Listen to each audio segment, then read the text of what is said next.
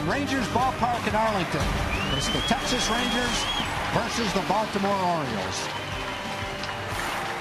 Good evening, everybody. I'm Tom Grieve in for Steve Busby, along with Mark McLemore. Mac, the Rangers find themselves a couple of games out of first place. They lost 4 out of 5 to end the first half, but tonight they have Derek Holland on the mound against the Orioles. They do, and Derek Holland has been one of the Rangers' most consistent pitchers all year long, and especially in his last 4 starts, where he's 3-0 with a 1.88 ERA in his last 4 starts. And historically, Derek Holland has been very dominant in the second half, going 16-4 with a 3.78 ERA after the All-Star break since 2007. So I don't think they can put anybody better than Derek Holland out there to start the second half of the season.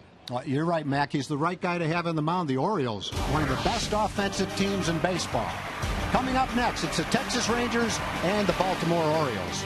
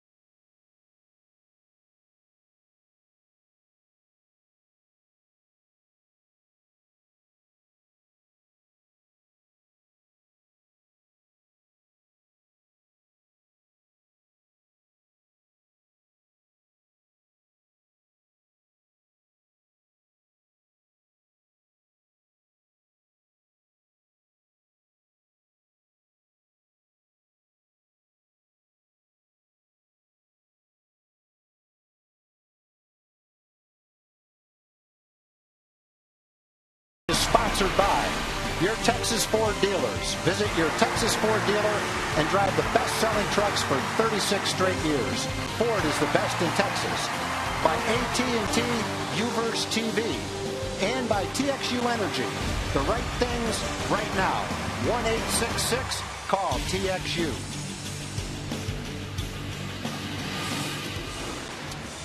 Well, welcome back to the ballpark. It's a perfect night for baseball. The Rangers start the second half a couple of games behind the Oakland A's.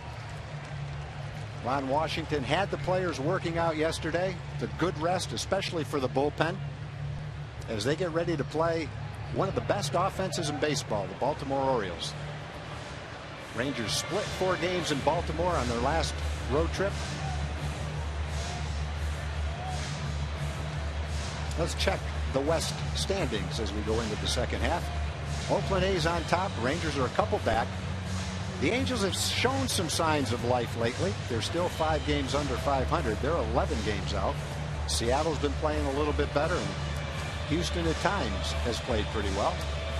No surprise, though, that the A's are on top. They won last year. Their pitching is excellent, and they play well as a team. There's no doubt about that.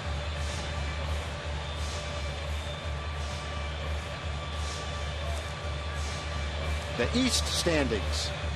Red Sox have played well. They're 19 games over 500. Tampa Bay, as we say every year, doesn't matter how they start. When it's all over and done with, they'll be there at the end. They're already 14 games over 500. They're only a couple of games out of first place. The Orioles are in third. But if they get starting pitching in the second half with their offense, they could definitely be a factor. Let's look at the Orioles starting lineup. In left field, leading off, Nate McLeod. All-star third baseman. Batting second is Manny Machado. Nick Markakis bats third in right field. All-star center fielder Adam Jones hits fourth. Chris Davis, having a tremendous first half, leads the league in home runs, second in RBIs. He hits fifth. J.J. Hardy, the all-star shortstop, is sixth. Matt Wieters hits seventh. He's the catcher. DH Danny Valencia. And batting ninth, the second baseman, Ryan Roberts. Derek Holland's going to take the mound tonight. He's 8-4 this season with a 3.08 ERA in 19 starts. In his last outing against the Tigers, he went 7 strong innings, only gave up 5 hits and 1 run, 5 walks and 7 Ks. He's got a .57 home runs per 9 innings, and that's the best in the AL. That's Derek Holland. Now, the Rangers went 3-4 on their last road trip. Derek Holland won 2 of those 3 games.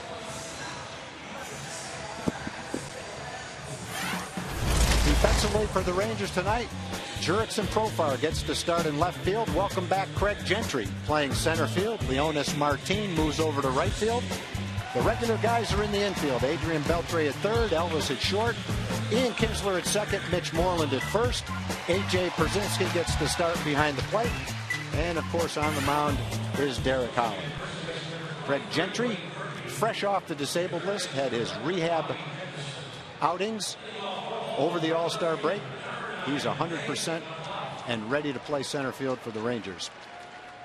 Jurickson Profar, who's played just about everywhere for the Rangers, starts in left field, trying to decide whether or not to wear those sunglasses. The sun sets in left field, and Mac, that can be a little bit of a problem in the beginning of the ball game. It really can. This is one of the toughest fields to play left field in, with the sun being right in your eyes. The first pitch is a strike at 92 miles an hour from Derek Holland, but Nate McLeod lines it into left center field for a base hit. McLeod swung the bat well against the Rangers in Baltimore. In fact, had some good at-bats against left-handed pitching in that series. Early in that series, first couple of games, he was batting in the middle of the lineup. Buck Showalter moved him down to the leadoff spot. Seems to be a good spot for him. He has good speed, good base-stealing threat. Manny Machado, all-star third baseman, takes a strike. Machado likes to swing the bat.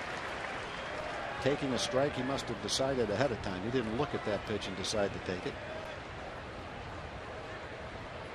Uses the whole field. Line drive hitter.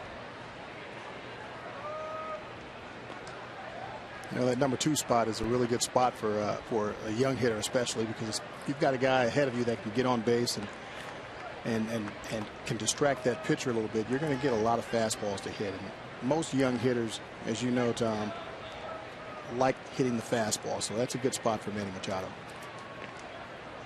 Manny Machado got to the big leagues quickly. He was the 3rd pick in the draft, so it's not surprising that he got to the big leagues quickly. Nate McLeod only been thrown out 4 times. But to succeed the way he has in his first full season is pretty remarkable. Shows the talent that he has. Ball's lined to center field. Gentry, though, has a beat on it. Easy play. Derek Holland has the first out. Machado is out on the fly ball to center field. That brings up the 3rd place hitter, Nick Markakis. Derek has a good move to first base, and he will be doing his best to hold McLeod at first base. The other side, I guess, Mac, is that when you've got guys coming up like Machado, Markakis, Jones, and Davis, I guess Buck is probably not going to run McLeod that much leading off, is he? No, when you've got some power behind you like that, you really don't want that leadoff guy stealing a lot of bases, because if he gets thrown out, you're taking you're taking a run off of the base pass. You really want to let that guy stay there, because you've got some really big power guys behind you. You got to throw Chris Davis in there. You want as many guys on base as possible. And earlier in the season, when McLeod was stealing bases, he was hitting down toward the bottom middle of the lineup, where probably stolen bases were a little bit more necessary at that spot.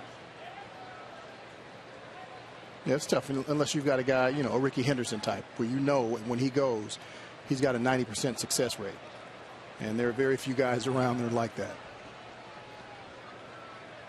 Markakis hitting .283, pulls that fastball foul.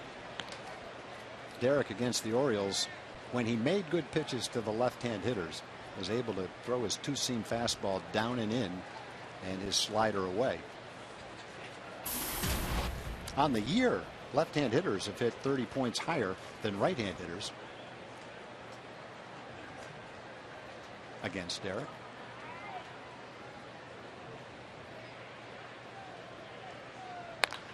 Another fastball jammed him, pulled it foul. Pretty obvious that they're trying to throw Markakis in.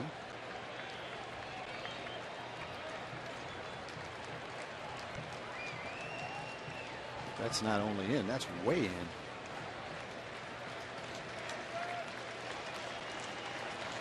Well, 1 ball and 2 strikes. There's 1 out in the first inning. McLeod singled to start the game. He's at first base. Markakis in his 8th full season in the big leagues. Very steady player for the Orioles. Last year he spent some time on the disabled list for the first time. But generally he's out there for 150 plus games.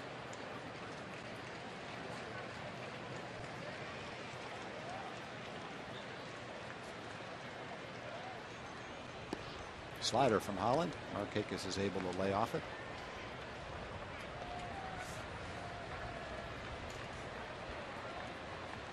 Markakis is not a guy that strikes out a lot.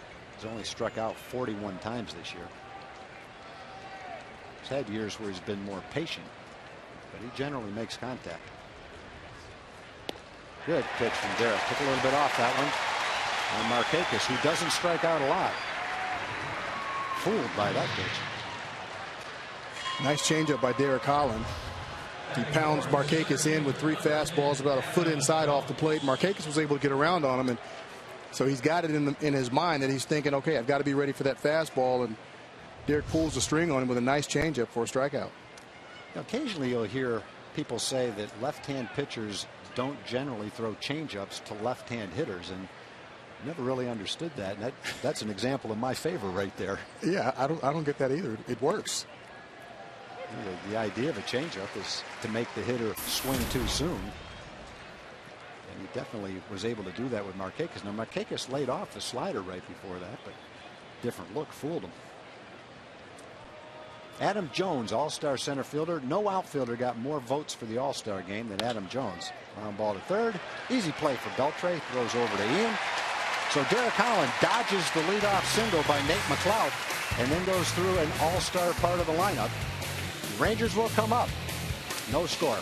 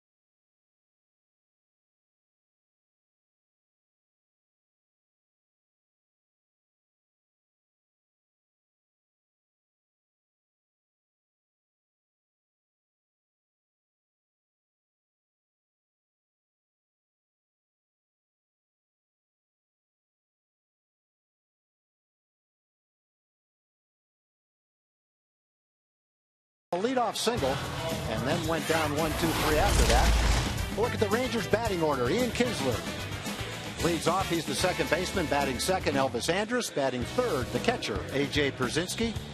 Adrian Beltre bats fourth. Jeff Baker back from the disabled list. Nice to have Jeff back. He's the DH batting fifth. Mitch Moreland at first base bats sixth. Craig Gentry in center field hits seventh. Jurickson Profar bats eighth. And the right fielder, Leonis Martin, bats ninth. Wei-Yin Chen, 4-3 on the year with a 2.82 ERA and 9 starts this year. His last outing against Texas, he went 7 strong innings with 3 hits. Only gave up 1 run with 3 walks and 4 strikeouts. With his opponent's batting average with the bases empty is .295, but he gets a little tougher with runners on. That opponent's batting average is just .176. Yeah, Chen has pitched twice against the Rangers, once last year and once this year. The starts were very similar. He has a sneaky fastball that gets up there as high as 92, occasionally 93, mostly 90, 91. There's a good changeup or splitter. Good breaking ball, a real good idea of how to pitch. Kinsler 1 for 6 in his career against Chen.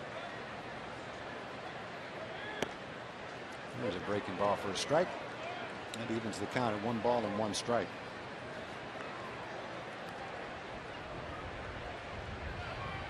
Chen originally from Taiwan.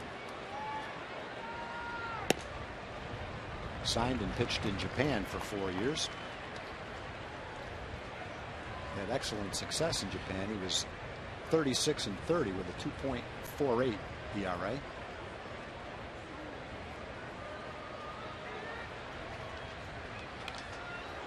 Fastball to Ian, fouled off 92 miles an hour with his fastball.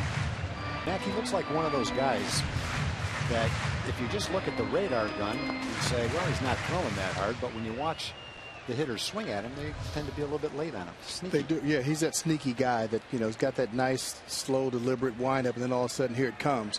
And it looks like he hides it really well. And to me, that adds, 2 or 3 miles an hour on anybody's fastball. Sure. I didn't really like those guys. I want to see the ball. How about the guys that were like that and did throw 94 or 95 miles an hour? I guess those are the guys in the Hall of Fame, I guess. 2 balls, 2 strikes to Ian. Breaking ball out in front of it, pulls it foul. One of those lead-off at bats that you generally see from Ian. You'll see a lot of pitches. This will be the 7th pitch right off the bat from Chen.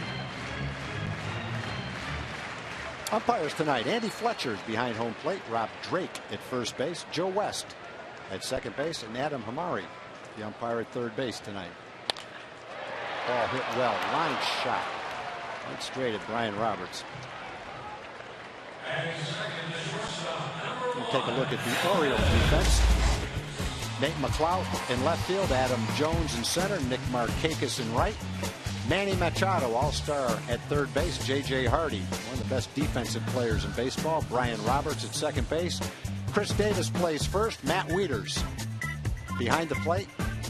And Wei-Yin Chen on the mound tonight for the Orioles. Elvis Andrus in his customary second spot in the lineup. One way the Rangers can improve is for some of the guys who had slow first halves to play the way that they normally do in the second half. And Elvis is certainly one of them, and that's what we're talking about. There's a line drive. That's going to go for extra bases. At least 2. Markakis plays it in nicely, and that's the way we want to see Elvis start the second half. This is exactly what the Rangers need. They need Elvis to start swinging the bat a little bit better and getting on base and start creating some offense. Being on base for Adrian Beltre, for A.J. Pierzynski, whoever's hitting third. Nelson Cruz is not in the lineup tonight, but you need some table setters to get on base. And Elvis, started the season a little, pretty hot, but then tailed off a little bit and just hasn't been able to find it. So hopefully this is a good start tonight. Elvis giving his customary sign after a base hit. Didn't get a chance to do that much at the end of the first half. He was 1 for 16, but that's a great way to start the second half. A.J. Pierzynski's batting third tonight. You may wonder, where is Nelly Cruz? Nelly Cruz was scratched tonight. He had a migraine headache. First time I've heard that Nelly suffered from migraines, but he is not in the lineup tonight. Hopefully it'll be a one-night thing. Just fouled down the right field line by Przinski. And if that was fouled, it could not have been fouled by more than an inch. AJ's still looking. Dave Anderson is still looking. Now, Rob Drake has the final say, and he said that ball was foul. That would have been an extra base hit and an RBI. Let's take a look at it. It looks pretty close. We had something jump up down there, and there's some wow. I don't know how much closer that could have been without being fair. Wow, something jumped up there. Is that chalk? That's pretty close. I don't know if it's chalk or not. Rob Drake was closer than we are. Yeah. And we have a little more interest in seeing that ball be fair. So, to be fair, Rob Drake was closer. All right. He called that ball foul. We'll give him the benefit of the doubt. But if I was AJ, I might have shown my displeasure. They just missed a double. No balls and one strike. Fastball down and in. Let's take even another look. You know, as a hitter, you see this ball and you know if it's hooking or not. Ooh, that's pretty close. I'm going with fair. Yeah. Can we get that replay like they have in tennis? Yeah. Can we use that? We can do that. Now, if the Orioles hit that, I've been going with foul. Oh, way foul.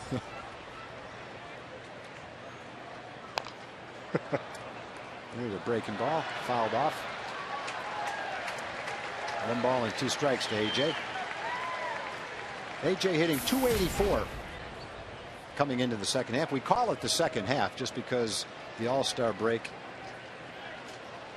comes at the end of the first half. Technically, it's not the end of the first half. The Rangers have actually played 95 ball games. 81 games would be the first half, actually. Game-wise, we're a little more than that into the second half. Sinker. Fouled off at the plate. And I think most players tend to look at it that way. You get that break, those 3 or 4 days off, and you get that, you get to get that breather in, and it feels like you're starting, another half. It may be 10 or 15 game difference, but it really is a second half. That stretch drive. 1 ball and 2 strikes. 1 out to AJ. Fastball, pretty close. That's, I think, generally a pitch that AJ doesn't take. AJ goes up there swinging. He only walked 8 times. He's been up 260 times, but that's a pretty good eye right there. Pitch number 5, just a little bit outside. See Elvis leading off at second. Curveball. Popped up. Should be an easy play for Hardy or left fielder McLeod. Hardy makes the call and makes the catch. Like one of those pitches, Mac, that might have hung up there a little bit too high for AJ. It did, but like you said, he doesn't take too many pitches. He's up there swinging. I know he wants that one back. Yeah, I think generally this is the kind of pitch AJ would line into left center field. Well, he hit it on the good part of the bat. He just got underneath it a little bit. Not happy at all. First at bat in the second half. Yep. That's a gamer right there. Yep. He's saying what we thought. That was a pretty good pitch to hit, and he just got underneath it a little bit. Adrian Beltre ended the first half hitting .316. Fastball high. He had a great series in Baltimore against the Orioles. Rangers had 4 or 5 guys hitting well over 300 in Camden Yards.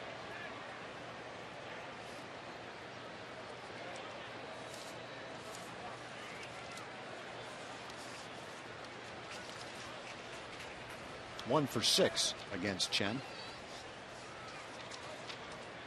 Curveball low. 2 balls and no strikes. The first base opened, and if you're the Orioles and you watched Adrian pound the ball in that 4-game series in Baltimore with first base open, I would think they would be very careful. Rangers missed Jeff Baker batting behind Adrian. The right-hand hitter was providing a lot of strength in the lineup against left-handed pitching. Even without Baker behind him, he's been very productive. He's got 14 RBIs in his last 16 games. He just finds a way to drive runs in. He's one of those guys, Mac. You can try to pitch around him, but he hits some of those pitches anyway. 2 balls, 1 strike. Machado. Did he tag? Tagged the runner. Tagged Elvis at third base. Would have had an easy throw to first. He took the easy way and tagged Elvis. So the Rangers get a double by Elvis Andrus, but they failed to score in the bottom of the first. And as we go to the second inning, it's Baltimore nothing and Texas nothing.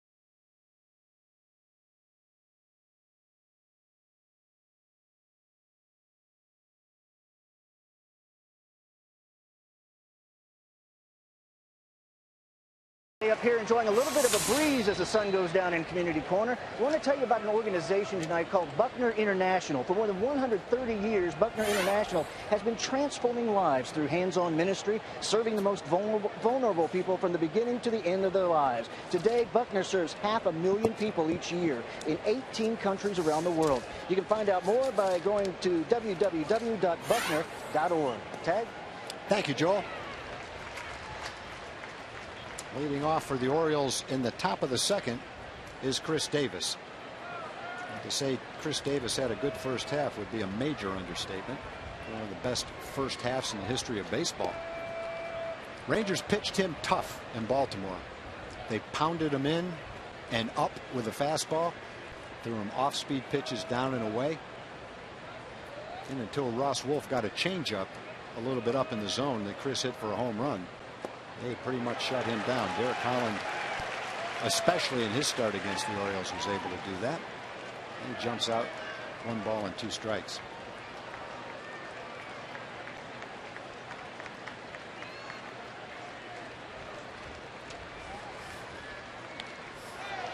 Just got a piece of that slider. You know, people have asked me if, I thought Chris Davis had it in him to do this. And my answer was yes. But not all in the first half. Thought he might have this kind of a season? Yes, but not in a half. No, it's hard to predict anyone can have the kind of first half that Chris had. You look at the numbers. Hitting .315, 37 home runs at the All-Star break, 93 RBIs. Wow. And other numbers just as impressive to go along with it. 2 guys battling for the Triple Crown, Chris and Miguel Cabrera. Fastball, yes, outside corner. Andy Fletcher with the call. Chris with a shake of the head, didn't like it. But that call goes Derek's way. Second strikeout for Derek. Struck out Markakis on a changeup. Fastball away. One of those borderline pitches. Sometimes the hitter gets it, sometimes the pitcher gets it. That one went Derek's way. Those kind of pitches on the outside corner could go either way. Derek got the call that time. Fastball for a strike to J.J. Hardy. Chris still not too sure that was a strike. Curveball hit well by Hardy, but not well enough. He must have hit that ball off the end of the bat, Mac. He did. That's the toughest play for an outfielder when a guy takes a full swing like that. It has a fairly good sound. You can get fooled as an outfielder. That was a pretty good play by Profar there, not going back too far and just keeping his eye on the ball. You watch the ball, and it's a hanger. You see the swing by a guy who's got power, and your first reaction is, uh-oh. Yes. But then you watch the replay, and you see he hit the ball off the end of the bat, and that's why it just didn't go very far. But I guess that's one where Derek could say he might have gotten away with one.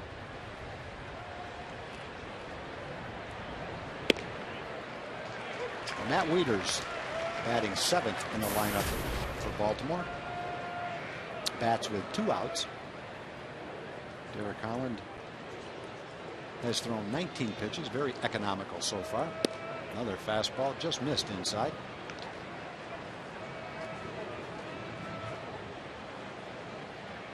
Derek pounding the strike zone this year, throwing a lot of strikes, good velocity, very aggressive. One thing, Mac, that he's featured a little more this year than in the past maybe is his changeup. He is, and has been very effective, and I think that's what's made him more successful. When guys up there just pounding fastball after fastball, teams are going to catch up to it, and I think that's what happened to Derek for a little while. Teams were catching up to it, and now he's mixing in that changeup, and they just can't sit on that fastball.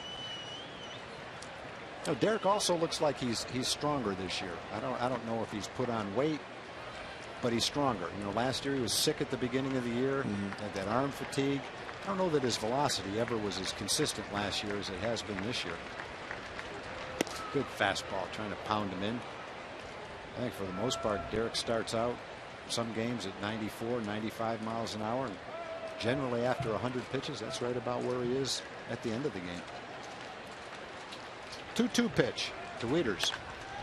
Ball's hit well to left field. If it stays fair, it's gone. Right down the line. Off-speed pitch. Stayed up. Wieters a little bit behind the fastball. Was able to wait on the breaking ball. And he puts the Orioles ahead 1-0.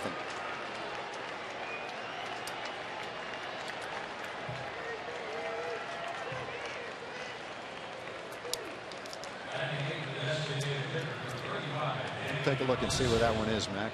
Derek hung a little curveball in the inside part of the plate, just a little up. If he gets it down, it might be a better pitch, but he got it a little up in the zone, and Wieters made him pay for it. Now Wieters is only a .230 hitter, but he's got power. So he's one of those guys that if you make a mistake, this is what can happen. Derek definitely threw that off-speed pitch in a spot he didn't intend to throw it. There's a good fastball right there to Danny Valencia.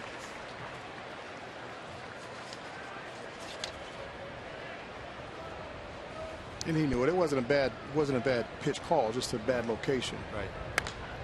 Ball hit to right field by Valencia, but Martin is there, makes the catch in front of the warning track.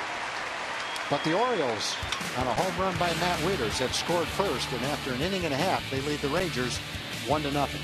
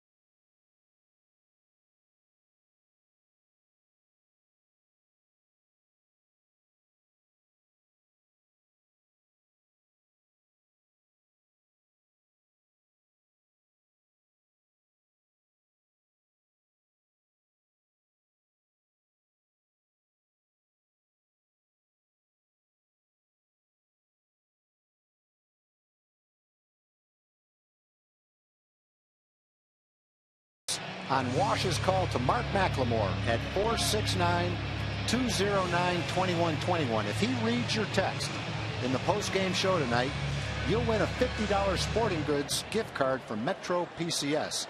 The text again is 469-209-2121.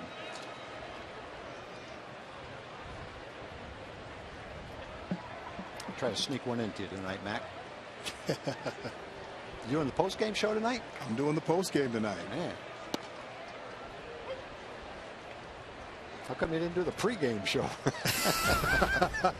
That'd be some kind of night for you right there. That would have been. Jeff Baker leads off for the Rangers. Nice to have Jeff back. You look at the job he did when he was healthy before he got hurt. Jeff had been up 82 times, hit 9 home runs, and knocked in 16 runs. There weren't many guys per at bat that did more than that. 4 home runs, 7 RBIs in his last 7 games before he hurt his thumb. The pitch low. 1 ball and 2 strikes. Guys have got hurt in different ways. Odabe McDowell cut his hand with a butter knife in the welcome back home luncheon before a season one time, went on the disabled list. But Jeff's injury on a high 5. First time I've heard that one. I've not heard that either. That is definitely the first time for me. I really thought it was a joke when I first heard it. I said, "You're kidding." And I guess it was not a joke. It wasn't a joke. And it's such a sad thing because he was hot and the Rangers needed him. But it's nice to have him back. Fastball hit well to dead center field. First at bat back at the wall. Caught. Adam Jones gave it a little Vernon Wells on that, where he goes after the ball sideways, makes you think it's going a little farther. And then when it comes down, he puts his glove up and made the catch. But Jeff made a bid in his first at bat back. But it comes up about 5 feet short to dead center field. Well, it looks like his timing is still there, and that's the good thing. I think that's what you really worry about when a guy comes back after a layoff or being on the disabled list, whether his timing is there or if he's going to have to, take a few days to get that timing. And he was right on this one, just didn't get all of it, but he did put a charge into it. Now you look at ways for the Rangers offense to improve. We talked about Elvis, and the other guy that you'd like to see get hot in the second half is Mitch. Right off the bat, he grounds that one to second base. They had the shift on. Manny Machado was all the way over between first and second in the outfield. Ryan Roberts stayed at second and made that play. J.J. Hardy stayed at shortstop. I'd love to see Mitch get hot. He had a nice hot streak in the first half, and you'd love to see him finish the second half strong. If Mitch can do that, if Elvis gets hot, and that's some added offense that the Rangers are looking for in the second half. Craig Gentry back from the disabled list. Nice to have Craig back. Craig started off the season splitting time with Leonis Martin. Martin has kind of moved into the regular spot in the outfield now. See what happens now that Craig is healthy and back.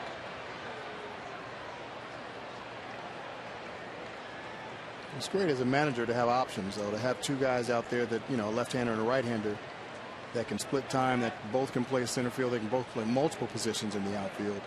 It's great as a manager to have as many options as Ron Washington had until Gentry went on the disabled list. Well, the one thing, Mac, that I think Wash will do with players like that is if you get hot, he'll stick with you. Leonis was the one that got hot in the first half, and Wash did stick with him. Off speed pitch for a strike. 2 balls, 2 strikes.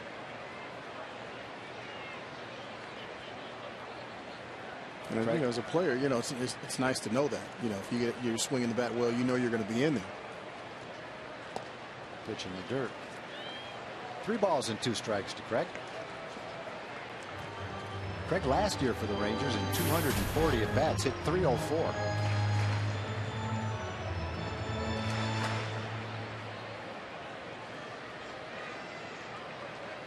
Before he went on the disabled list, he was working on an 0 for 11.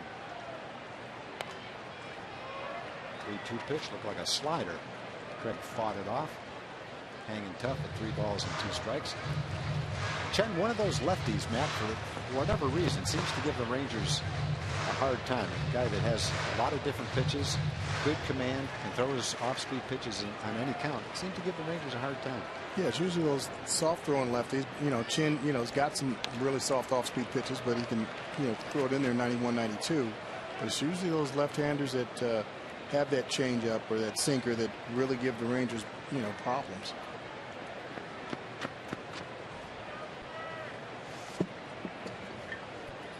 Chen was on the disabled list himself. He came off the disabled list to face the Rangers in Baltimore. And he throws another breaking ball, but this one's out of the strike zone. There were 2 outs. Craig works a walk.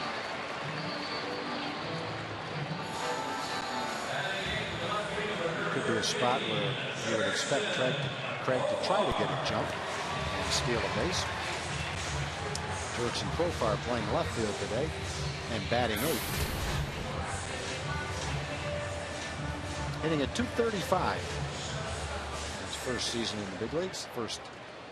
Actually he had some big league time last year, but first time he's been up and had a chance to play on a regular basis.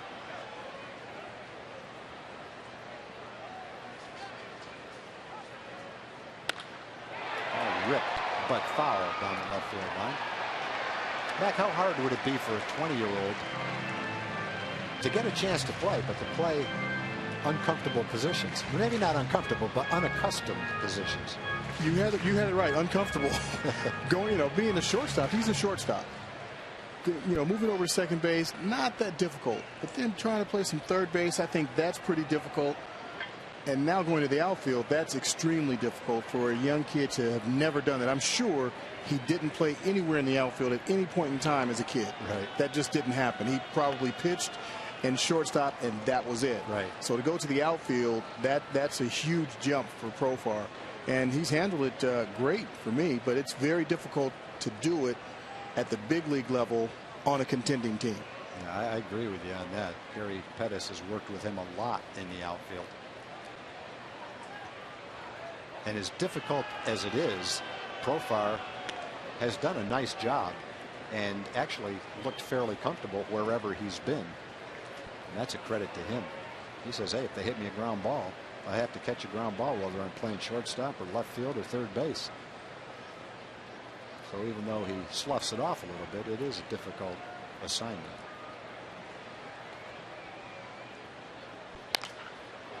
Fouled off down the right field line. Chen jumps ahead of Profar, no balls and 2 strikes.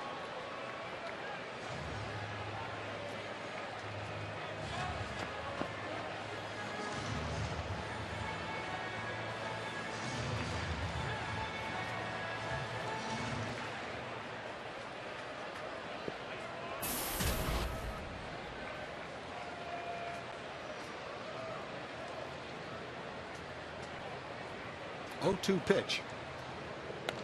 Fastball, didn't mean to do it. A little check swing. It'll be an easy play for Chen. The Rangers get a 2-out walk, but failed to score in the second inning. And after Matt Wieder's home run in the top of the second, at the end of 2, it's the Orioles 1 and the Rangers nothing.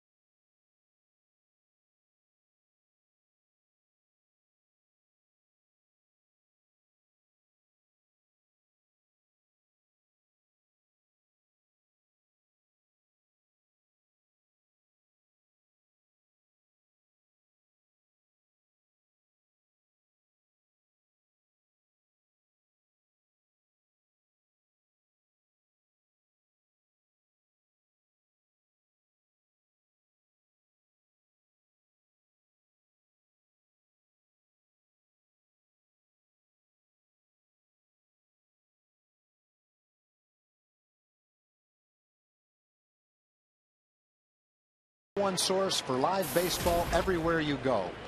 Available for iPhone, iPad, Android, and BlackBerry 10. At Bat delivers Rangers baseball with live audio, pitch tracking, stats, news, highlights, and more.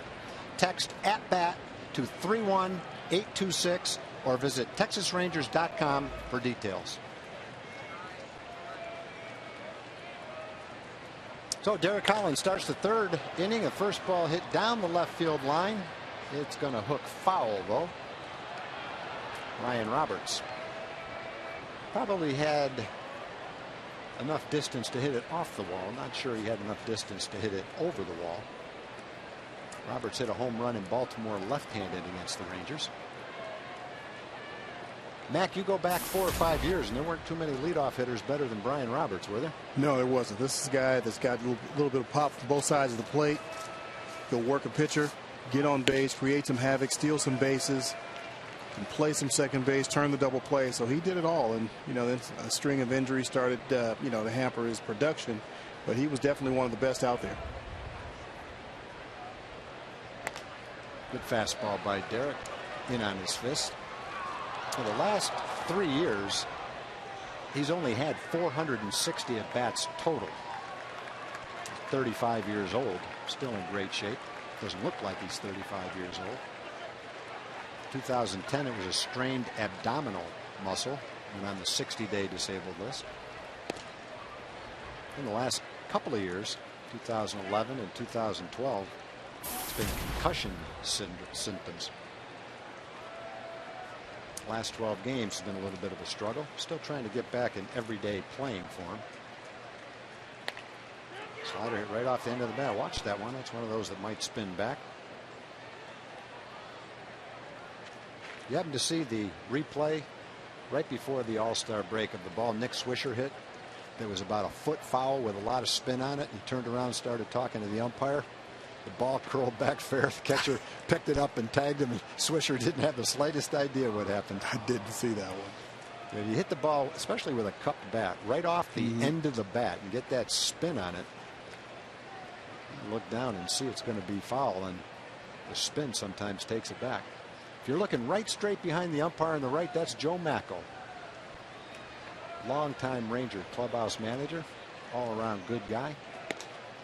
Sitting down there. There's Joe.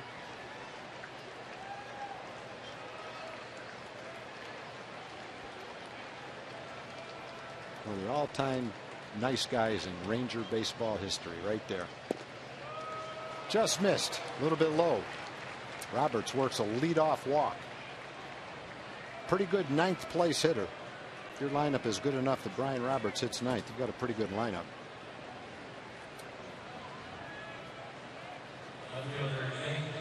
That comes back to the top of the order, and Nate McLouth. McLouth lined the first pitch of the game from Derek into left center field for a base hit.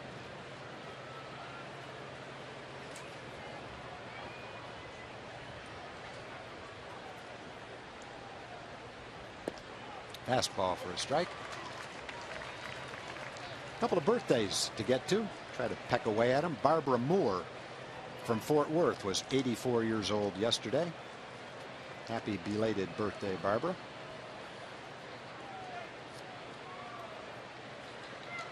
Oh, 1 pitch to Nate McLouth.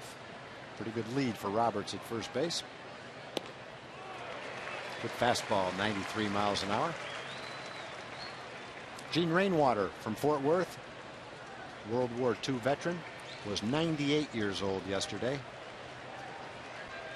Happy birthday, Gene, and thanks for your service. We'll see if Derek can work on the left-hand hitter. McLouth has swung the bat well against the Rangers. He's swung the bat well against left-handed pitching. Left-hand hitters on the season hitting over 280 against Derek. So make a good pitch. Run that sinker in or throw that slider away.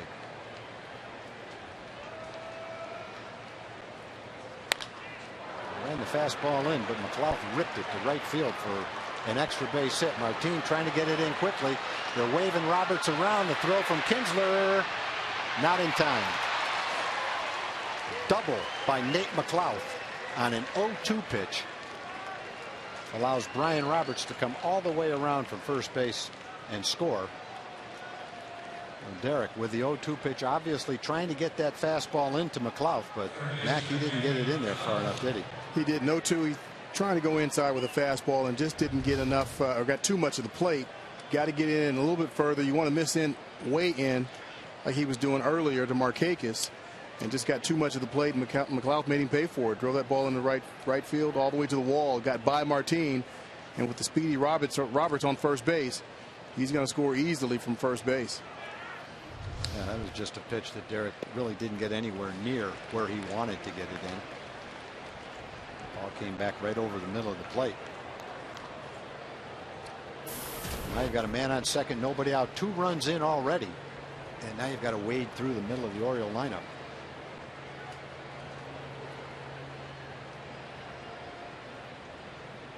Machado flied out to center field his first time up. Had 128 hits before the All-Star break. That's the most hits in baseball history for anyone under the age of 22. 39 doubles. Second most before the break in Major League history. Give you an idea of the kind of things he did in the first half. He's 9 doubles ahead of the second place leader in that category. 0-2 pitch. Not sure Derek hit the location he wanted with that one either. Machado, though, on the off-speed pitch was out in front of it, but I don't think that's where Derek is trying to throw it. That's another 0-2 pitch right down the middle of the plate. You look at AJ trying to set up down and in, and Derek left that one out over the plate. It shows you can make a mistake and get away with it. A couple of times tonight Derek didn't get away with it, though. That's better. That's what he's trying to do. Bury that slider, especially ahead in the count, and good things happen.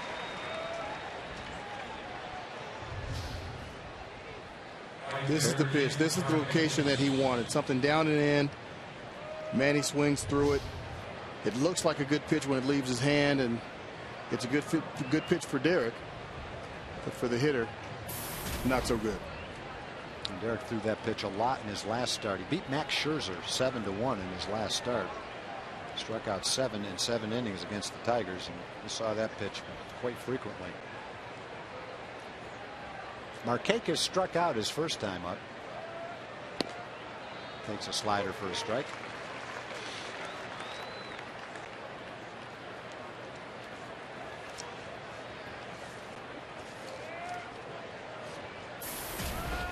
Markakis, 29 years old, 8th full season in the big leagues. .295 career hitter. Another fastball, a little bit inside. Didn't quite catch the corner. Looked like a pretty good pitch. See where it was. Oh boy. That wasn't touching the plate. That was in the plate.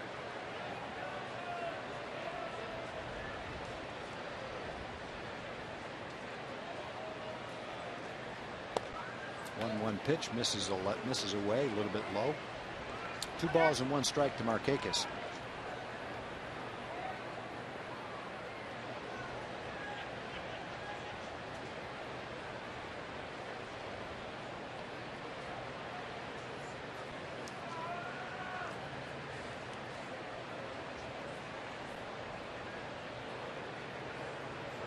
Fastball hit on the ground. Easy play for Ian Kinsler at second base.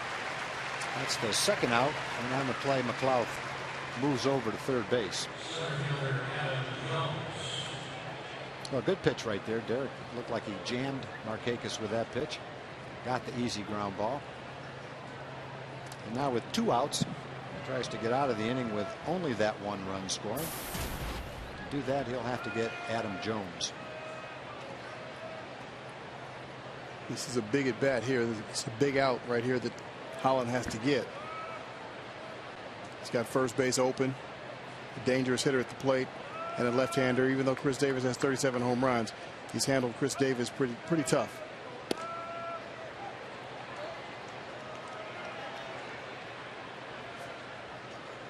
Adam Jones, one of those guys that just seems to get a little bit better every year. The all-star center fielder this year. Hit 32 home runs for the Orioles last year. Trying to get the fastball into Jones. He's missed a couple of times in. Jones is one of the building blocks for the Orioles. They signed him to a 6-year contract extension, which goes through the year 2018.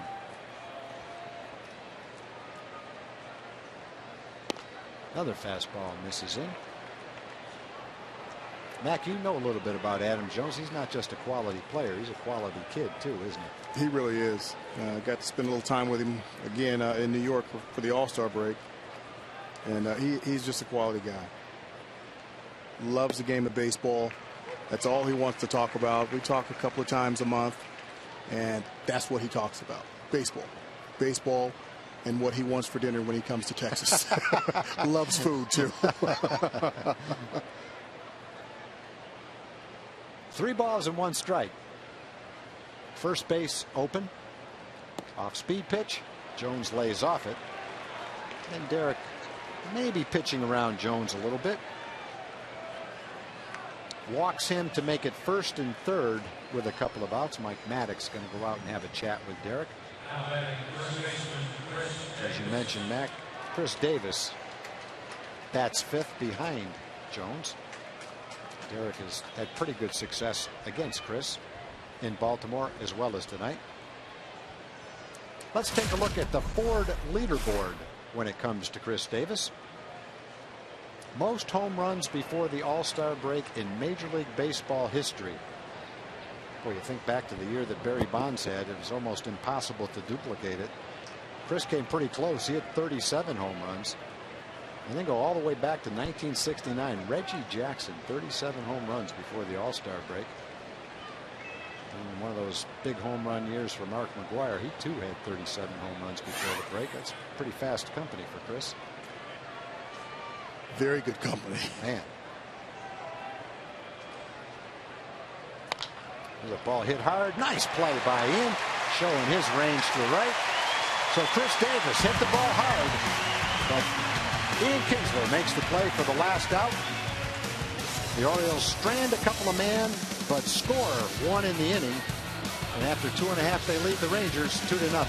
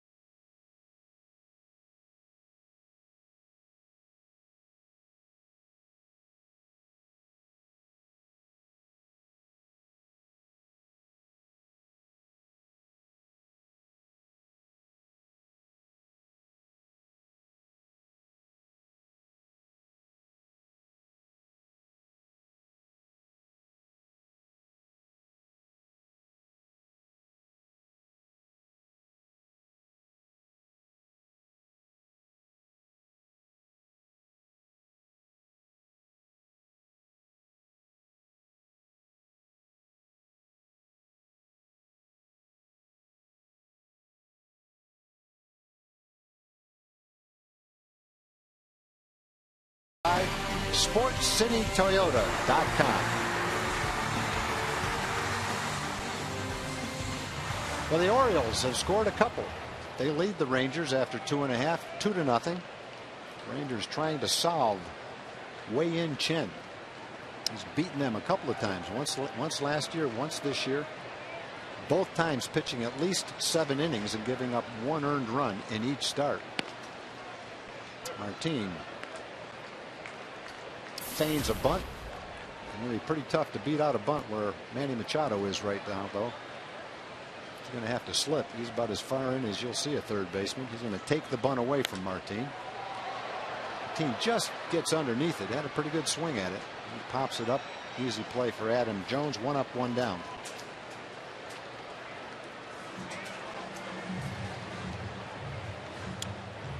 Get to a couple of more birthdays here. David and Dixon Yarmoose, 83-year-old twins from Salina. They were born on July 16th. Happy birthday, guys. Joe Watson from Denison, 80 years old today. In fact, he played minor league baseball with the Orioles, a veteran of the Korean War. Happy birthday, Joe. Back to the top of the order, and Ian Kinsler takes a curveball for a strike. David Galloway, 91 years old. He's from Bedford. Happy birthday, David. Carol Needs from Louisville was 86 years old yesterday. Happy birthday, Carol. Kinsler just underneath it. Another pop-up. This one an easy play for McLeod in left field. So 2 quick outs for Wei-Yin Chen. 2 up, 2 down. Rangers are just missing Chen. They're getting some good swings. That's what it looks like. They're just missing. They're just underneath it. You know, they're not swinging at bad pitches. They're just not hitting it on the screws right now.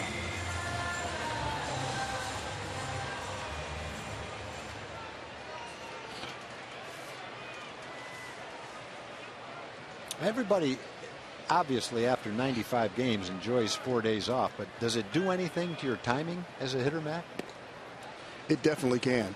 I wouldn't like 4 days off. We used to only get 3 days off. And usually it was that, 2 days, and then that third day we would probably work out. But yes, 4 days off could definitely mess with your timing. Yeah, but then again, there were some guys that just didn't seem to mess with them at all. I mean, you'd have guys go on the disabled list and be gone for 2 or 3 weeks and come back, and it was like they hadn't missed any time at all. Yeah. Now there's a great sign. Another rope for Elvis. Elvis has both base hits for the Rangers. A line drive down the right field line for a double, and a line shot over shortstop. So Elvis has had a couple of good pitches to hit, and he hasn't missed them. He's centered them right on the good part of the bat. That's a great sign. Hit the outside pitch to right field and pull the inside pitch to left field. Not trying to do too much. Great swing.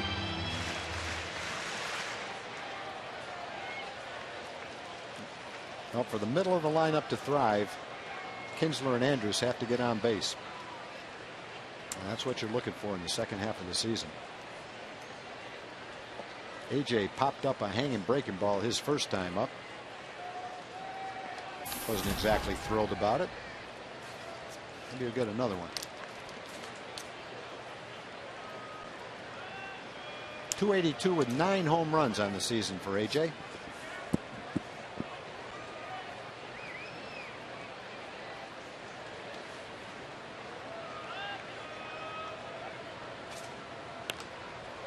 Jam shot. Leaders foul territory. Makes the easy play. Great pitch by Chen. Got that ball in on AJ. Little pop up. That is the 3rd out of the inning. The Rangers get a base hit from Elvis, but they go weakly in the 3rd inning. And at the end of 3, it's 2-0 Baltimore.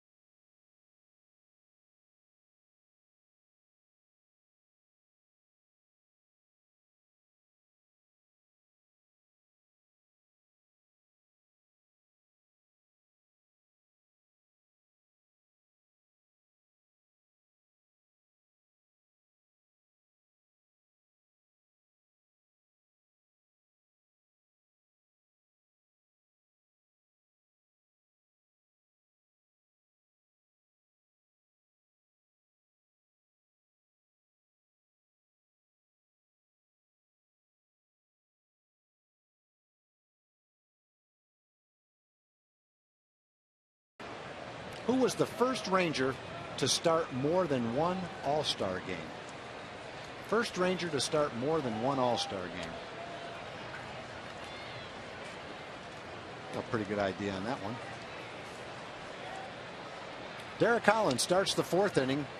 He's thrown 11 of 14 first pitch strikes, make it 12 out of 15 right now. But he's made a couple of mistakes, and the Orioles have made him pay for it. 0-2 pitch to McLeod for a double in their RBI. The ball popped up to right field. Down the line, fair territory. Leonis Martin in the corner. Catches the ball for the first out. J.J. Hardy now is flied out to left and flied out to right. Let's go to Joel Thomas. Joel? Hey, thanks, Tag. We want to let folks know to get out to the ballpark early tomorrow for a very, very special night. The Rangers are inducting Pudge Rodriguez into the Rangers Hall of Fame, and there's going to be some big names out there, including Nolan Ryan, Rusty Greer, Jim Sundberg, and more than 50 former Rangers will make appearances over the course of the weekend. And did you know Pudge is still second all-time for the Rangers in hits, doubles, and multi-hit games? So come on out and join us in honoring Pudge. Get your tickets at 972 Rangers or TexasRangers.com. Tag? Thank you, Joel. Good off-speed pitch right there. Nice play by Adrian. And Waiters this time grounds the off-speed pitch to third base. Last time up, he got the same off-speed pitch inside, and he hit a home run. Let's take a look at a young Pudge Rodriguez. That was his first throw out in the big leagues. I believe that's Joey Cora. That's Julio Franco making the tag, and that was what you call no contest, Matt. No, you see Joey slide and looking back at Pudge. And, of course, they knew each other from Puerto Rico, but Joey was not happy, I'm sure. Well, Pudge was great at the luncheon today. Boy, you talk about a kid that's come a long way. He was polished. He was funny. He was humble. And I know you got a lot of good memories about Pudge, Matt. A ton of them. Ball hit well to right center field near the warning track. Gentry at the wall. Runs it down, and that is the third out. Gentry moving a little bit gingerly there, but he makes the play, and the Orioles, for the first time, go down 1-2-3. The Rangers trying to get back in it in the bottom of the 4th, trail the Orioles 2-0.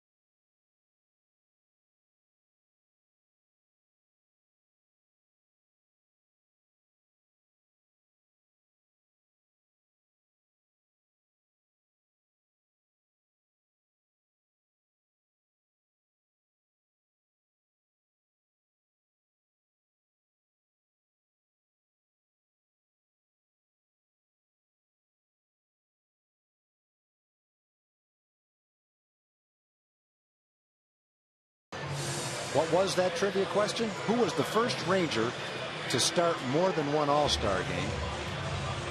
If you guessed Pudge Rodriguez, you would be right.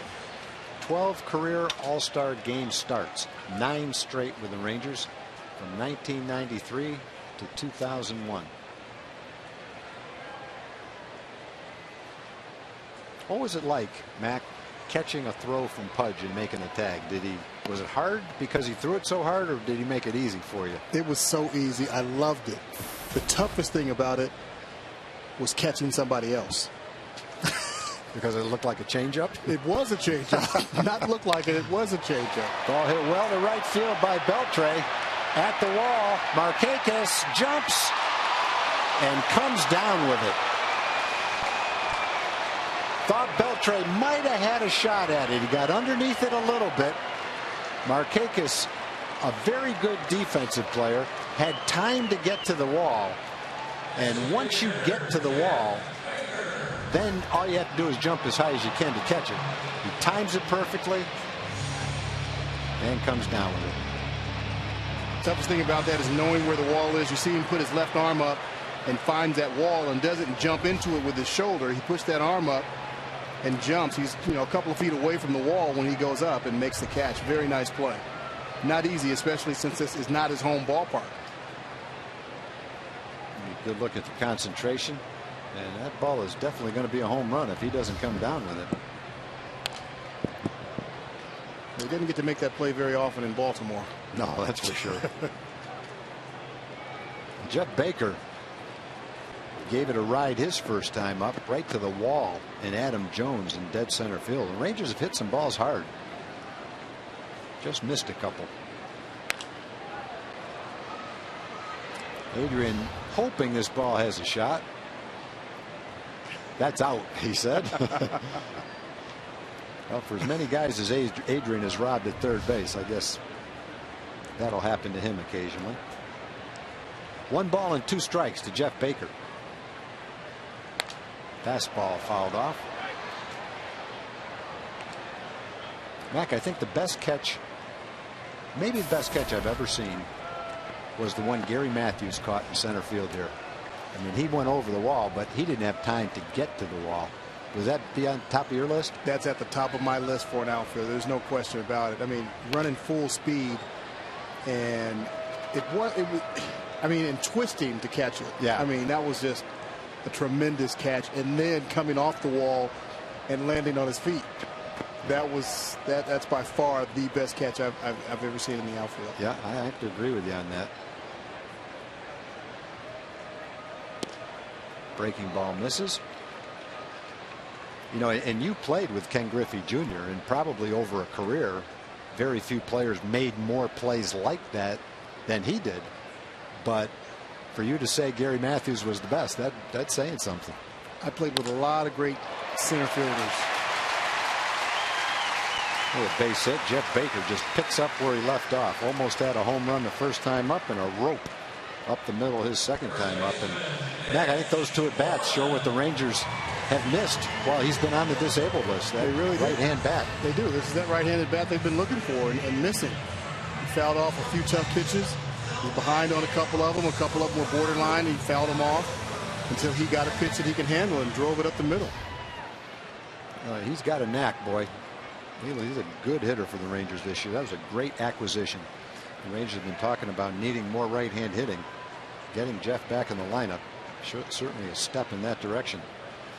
And Mitch Moreland hit the ball hard his first time up, but right at the second baseman.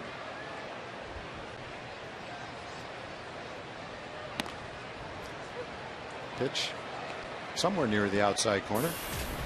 Chen got the call.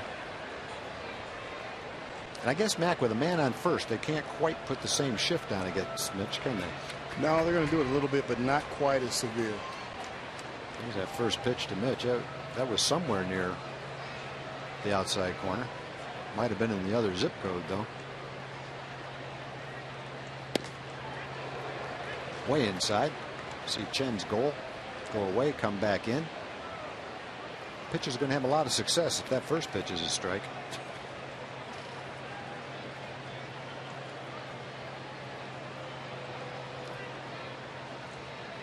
57th pitch for Chen in the 4th inning.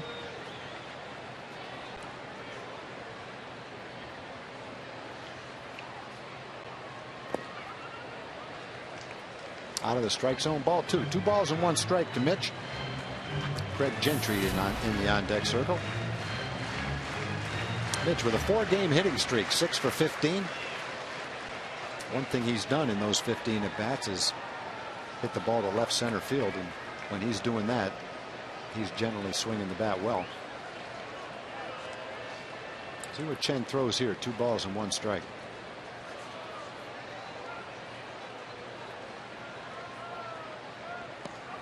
Fastball way out of the strike zone. 3 balls and 1 strike. Good hitters count right here. He doesn't want to walk him.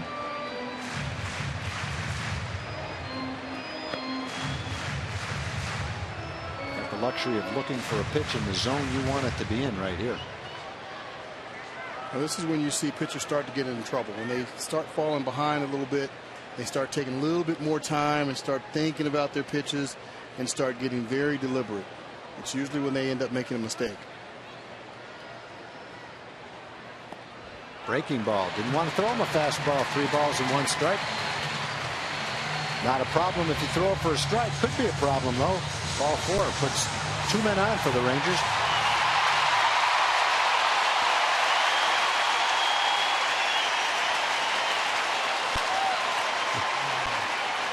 All I know is Jeff Baker's on third base, and I didn't see it happen. I didn't either. I missed it.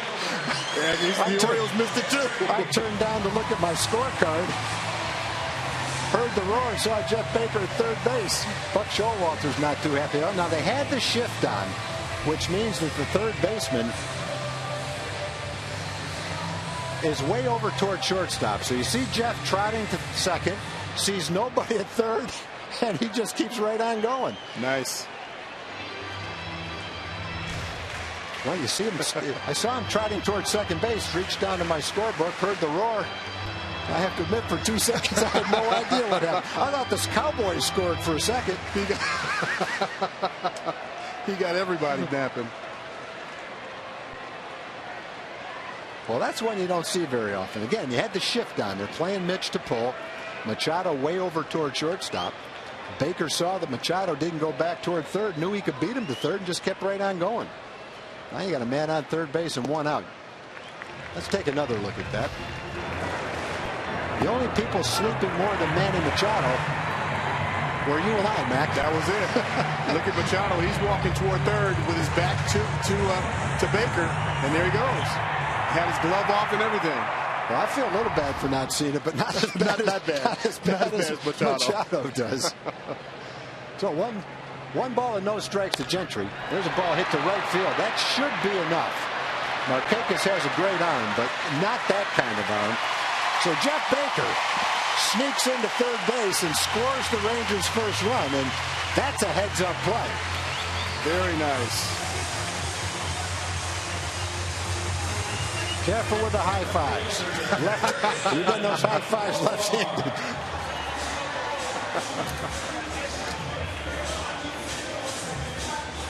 Good job by Craig Gentry. You have to get that run in. You can't let Chen shut you down first and third and 1 out.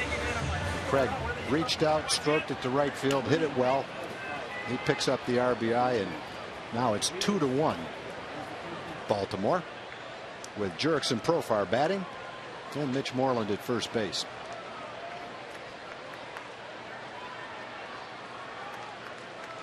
Ball ripped again by Profar down the left field line. He did that on the first pitch last time. Waited on the off-speed pitch, but not quite enough.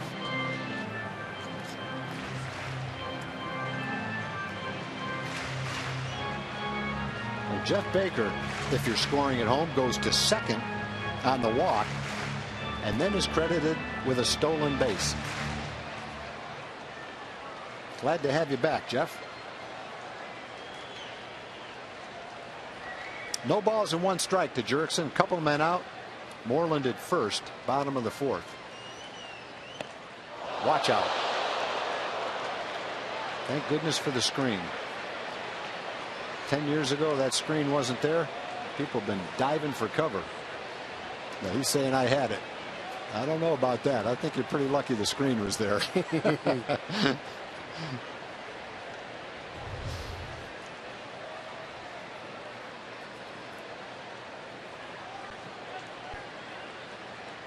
All right.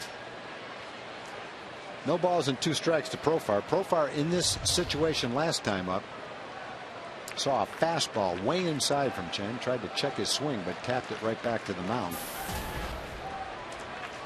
Trying to make something happen. No balls and 2 strikes.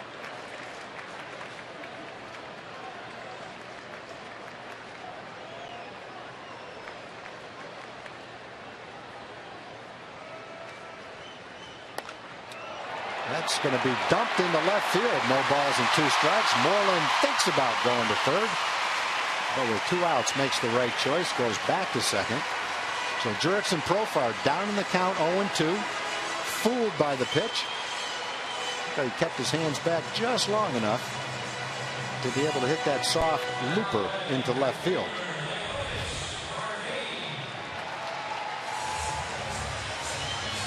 Nice piece of hitting by Profar. He gets out ahead of it a little bit, but gets the head on it. And you want to put it in play. You never know what's going to happen. You put the ball in play, and he gets a hit out of that one.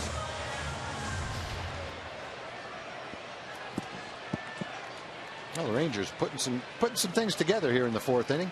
They have a chance to top it off with a base hit right here by Martin. Martin popped up to center field his first time up. Takes a pitch low. And has had his average up around 300 for a while. It's dropped back down to 283. But still, you're seeing a lot of positive things from him in the first half. Development as a base stealer, getting better as an outfielder. Strong throws. Showing a little bit of power, too.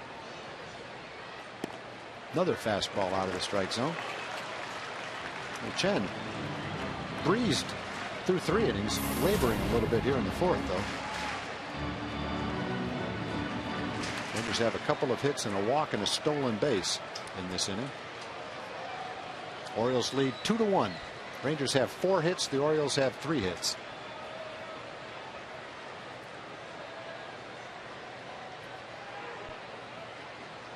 Breaking ball, 2 balls and no strike. Had the benefit of throwing a curveball in a fastball count. On the other hand, might have gotten away with the location of that curveball. That's the hanger that Leonis could pull out of the ballpark for a 3-run homer. Would swing at it, just missed it. And you can tell on his face he wants that one back. Yep. That's the one you hook into the bullpen. 2 balls and 1 strike. Not ready for the fastball. Well, you've seen the breaking ball, you've seen the fastball. 2 balls and 2 strikes.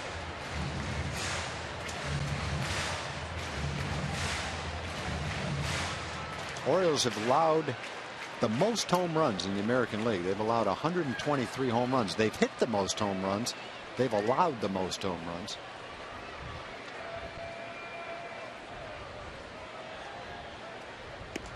Two fastball might have been out of the strike zone. Gets Martin to swing at it. So Chen works his way out of a 1st and 2nd jam, but the Rangers score 1 in the 4th, and they close the gap. They trail the Orioles after 4, 2-1.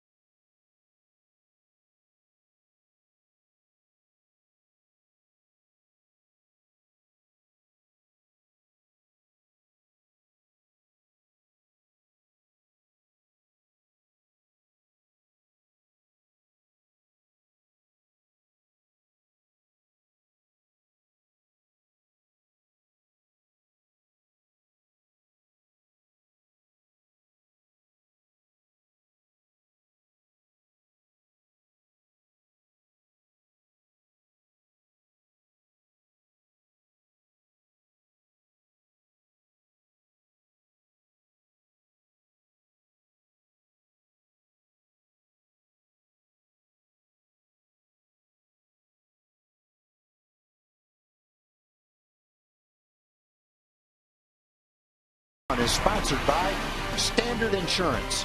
Call 1-800-929-2424. 2-1. Orioles over the Rangers as we go to the top of the 5th inning. Derek Holland had a 1-2-3 4th inning, the first 1-2-3 inning he's had so far today. And he starts the 5th inning with the bottom of the order. Brian Roberts, leading off the 3rd inning, worked a walk and came around to score the Orioles' 2nd run. Off speed pitch dropped in for a strike. 1 ball and 1 strike.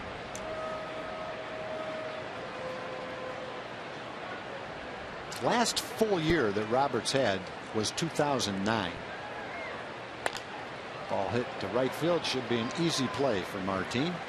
It is. 1 out. If you're wondering why Nelly Cruz is not playing right field, Nelly is suffering from a migraine headache today. First time, as far as we know, that he's had to miss a game because of that.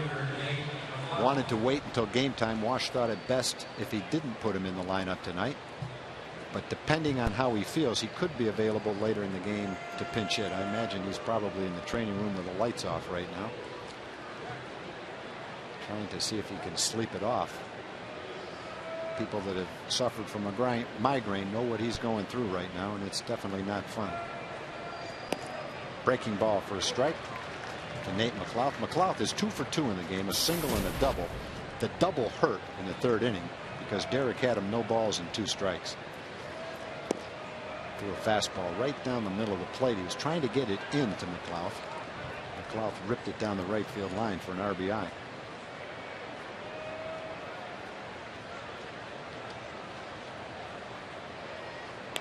Breaking ball has McLouth out in front.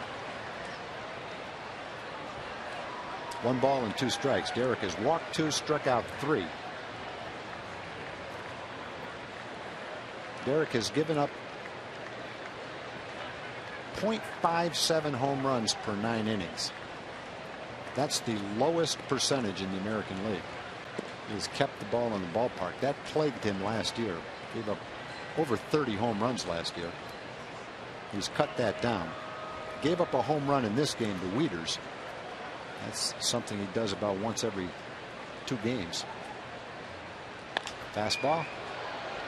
Foul down the left field line. McLouth hanging tough. McLouth, another guy that doesn't strike out very much and gets his share of walks. He's walked 33 times. He's only struck out 44 times.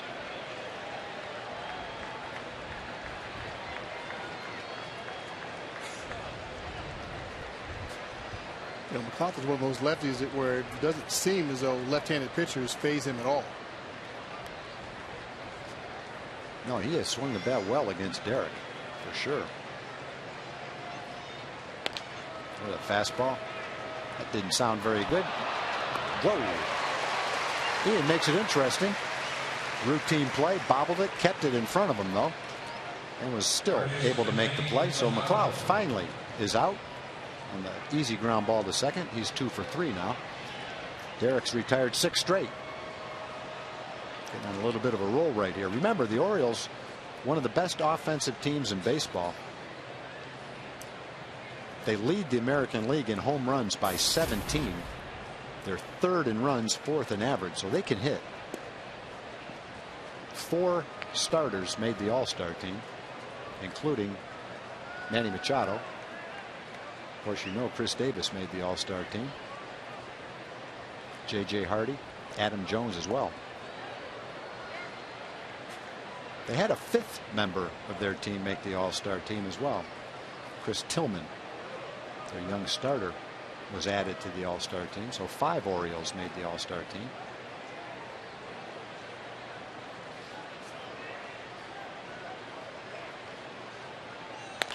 Two 2-0 pitch up the middle. Ian shading him that way. Nice play. Mitch can't pick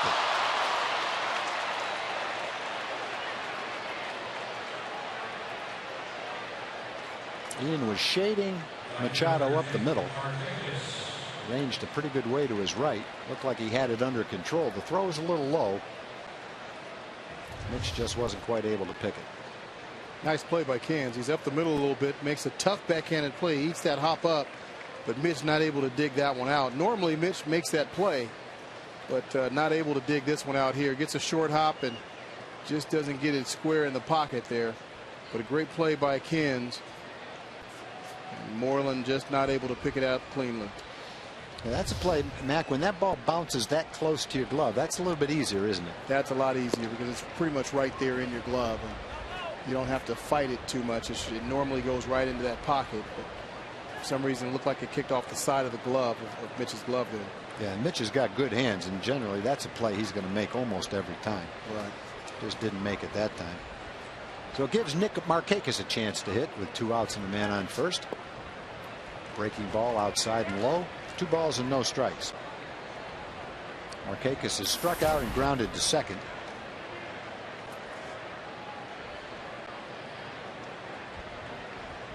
Markakis, another guy that doesn't strike out a whole lot, only 41 strikeouts, generally makes contact. Struck out his first time up, though, on a changeup from Derek. Fastball for a strike, 94 miles an hour.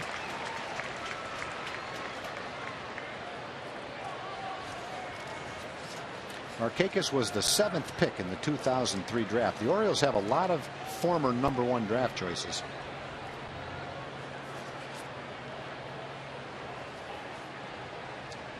Another fastball that's looped into left center field. Long run for Gentry, can't get there. And the ball kicks by him. It kicks by Profar, and Machado will score on the play. That's a bad development. And not a good read on Profar's part. That's pretty much his ball there because that's a left-handed hitter up, and it's tailing back toward him. And Gentry's a very aggressive center fielder, but Profar's got to come in and get that ball. It's a tough play, but it's definitely Profar's ball. And you can see the route that Profar takes. He's going back toward center field. If he took the route directly toward the ball, he probably had a pretty easy chance to catch it. He could have limited the damage if the ball didn't get by both Gentry and Profar, and that allowed Machado to come around to score. That's a shame. That's a run you hate to give up after 2 outs, nobody on. An infield hit that was a playable ball, and then a pop-up to left center field that very easily could have been caught. Instead, it turns into a single, a double, and a run. That hurts. You work to get a run to get back 2-1 and then give it right up on a play like that. Now you have to face Adam Jones with a man in scoring position. And Derek pounds that fastball on the inside part of the plate. No balls and 2 strikes. He tries to work out of this man on second situation.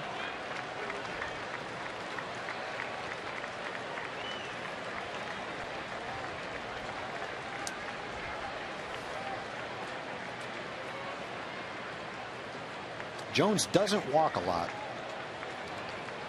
He only walked 13 times. But he has great plate coverage, so if you try to get him to swing at a bad pitch, you better make it a bad pitch. Good fastball in on the fist. Mitch back. He makes the catch. That keeps another run from scoring. But the Orioles sneak another run in. And at the end of 4.5, they take a 3-1 lead over the Rangers.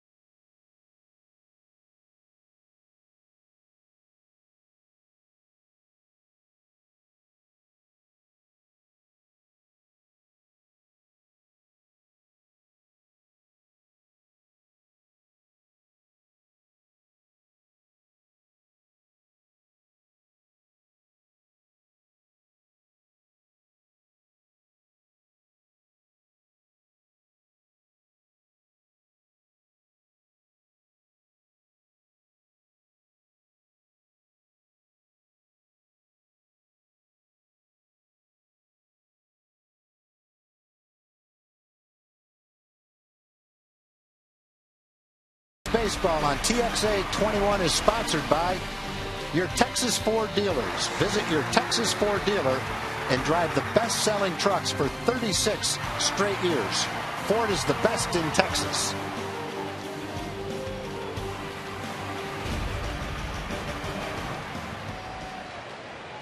Ian Kinsler starts it off for the Rangers in the bottom of the fifth. They trail 3-1. Orioles have had 5 hits. The Rangers have had 4 hits. Wei-Yin Chen deals a curveball for strike 1. Chen was the only Orioles starting pitcher last year to have more than 20 starts. The only playoff team ever to have a starter and only one starter with at least 20 starts. That's pretty remarkable for a pennant contending team. Yeah, you don't see that happen very often. Normally you've got 3 or 4 guys that get 20 starts.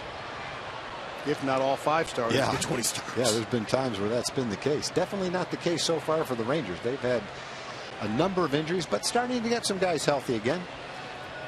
Rangers are hopeful that Alexi Ogando, in fact, they're counting on Alexi to make a start. Had a 7-inning rehab start.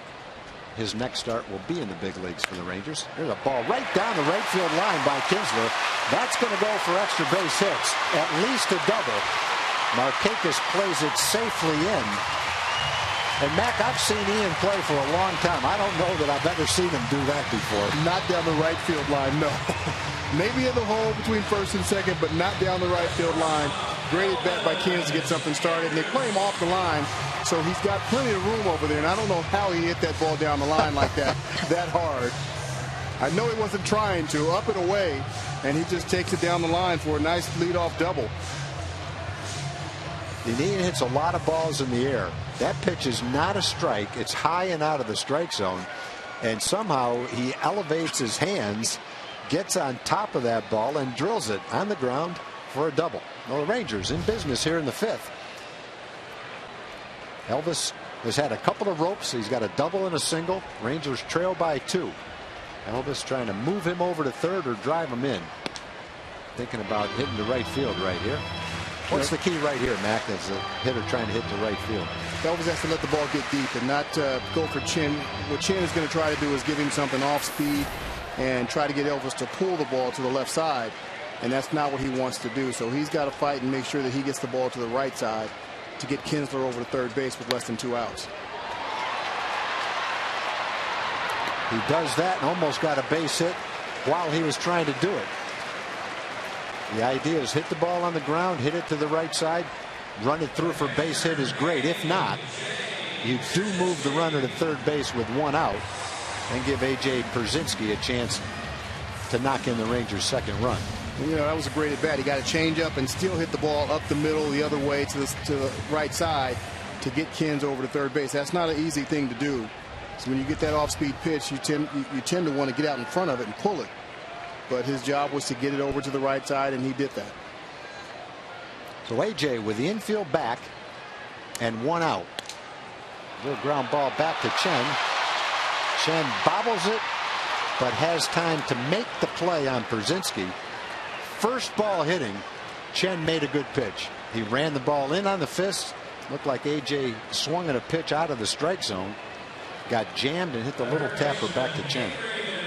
Rangers almost got lucky. The ball almost caromed off Chen. This is really when the Rangers do most of their damage. That third time, sometimes that second time, but usually that third time through the order when they see a pitcher for the third time. And Chen makes a nice recovery here. He almost didn't realize where the ball went. And A.J. not being the fastest runner, being a catcher, not being able to beat that one out. Well, that's a spot where you generally would see Nelly Cruz batting third. At the same time, when you see A.J. Pierzynski up with a man on third and 1 out, you feel good about the chances of bringing a run in too. A.J. is going to make contact. At the time he just couldn't get the little ground ball past the pitcher. If he does, it's a run. So Beltre trying to pick up that run with 2 outs now. Adrian's 0 for 2, but he was robbed of a home run by Nick Markakis. High fly ball. Markakis went up over the wall to make the play.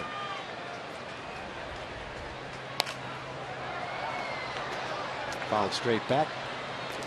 No balls and 2 strikes now with 2 outs to Beltre. Allows Chen to work on Adrian a little bit.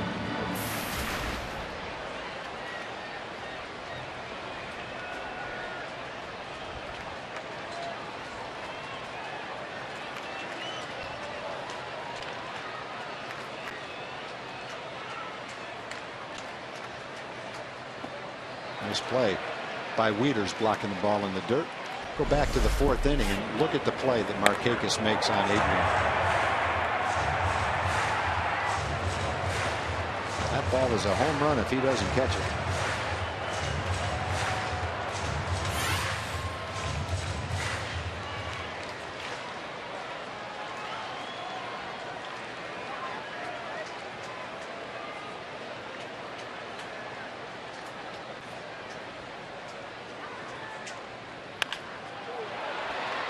High fastball, threw it where he wanted. Adrian hit it hard, but he hit it right at Machado. So the Rangers waste a golden opportunity. Leadoff double by Ian Kinsler, but he's stranded. The Rangers threw 5 innings.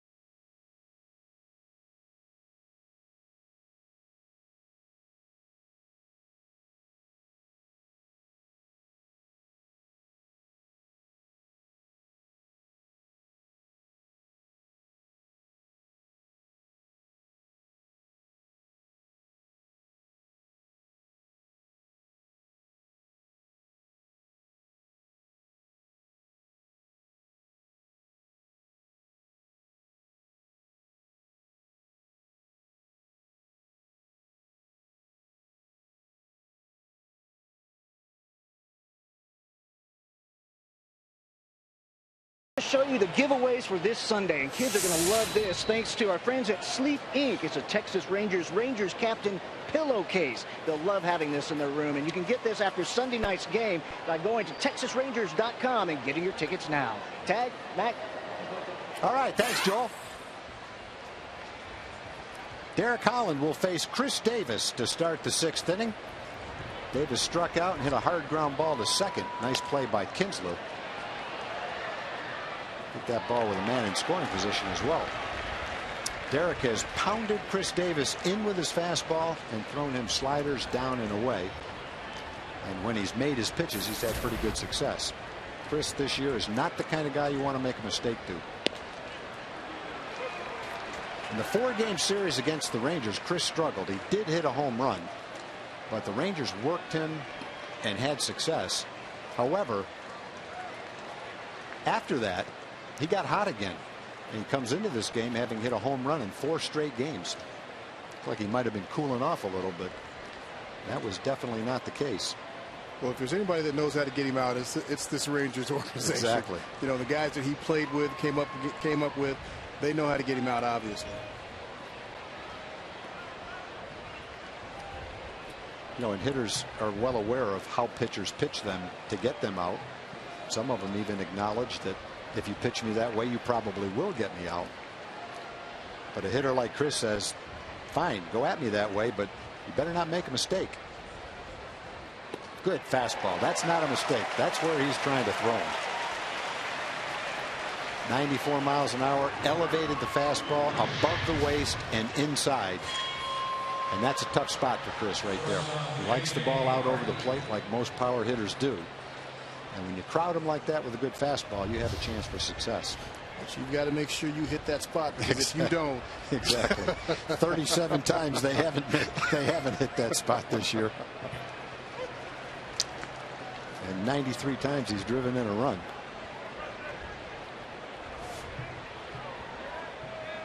J.J. Hardy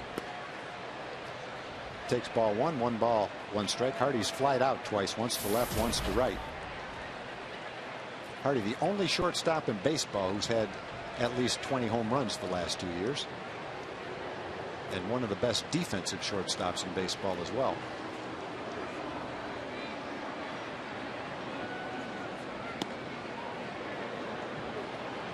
Hardy won a Gold Glove last year.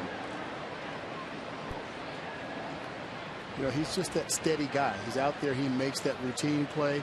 He makes some spectacular plays, but he makes the routine play, it seems like 100 out of 100 times, and that's what managers want. Yeah. Buck Showalter was talking about the hands that he has, and if he catches it, you're out. He might get you by half a step, but he's going to throw it accurately and get you out at first base. Ball in the dirt, 3 balls and 2 strikes. Buck was talking about him in glowing terms in Baltimore. I was talking to him before the ball game. They're hopeful that they can sign him to a multi-year contract. They'd love to keep him. Been an important player for him. Want to keep your all-star shortstops if you can. Those are kind of hard to come by. Yeah. Ball popped up. Should stay in the ballpark. It does. Foul territory. Mitch Moreland catches it. 2 up, 2 down. Matt Wieters is the next hitter.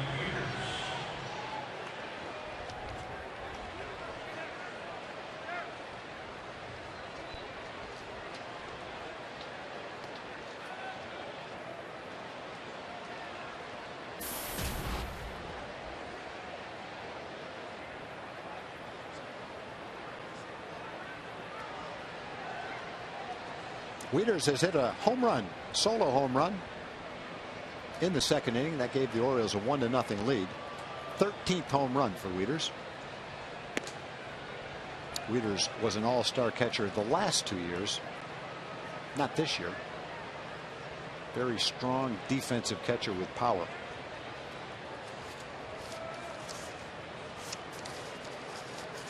Good fastball, pounded him in with it. And Derek working well tonight. The 3rd run he gave up was a run he shouldn't have given up. Infield hit on a play that could have been made, a pop-up that should have been caught in the outfield. Derek throwing his 90th pitch right here. Good fastball, 94 miles an hour. Fastball before it had great location. That one he just threw right by him.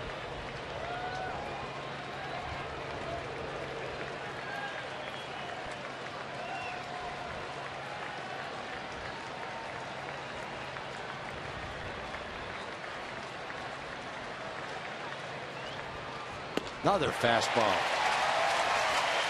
Good morning, good night, and good afternoon right there. 3 straight fastballs right by Wieters. Wieters hit the off-speed pitch for the home run. Saw heat that time and came up empty. 3 up, 3 down, 2 more strikeouts. 5 for the night for Derek. But going into the bottom of the 6th, the Rangers still trail the Orioles 3-1.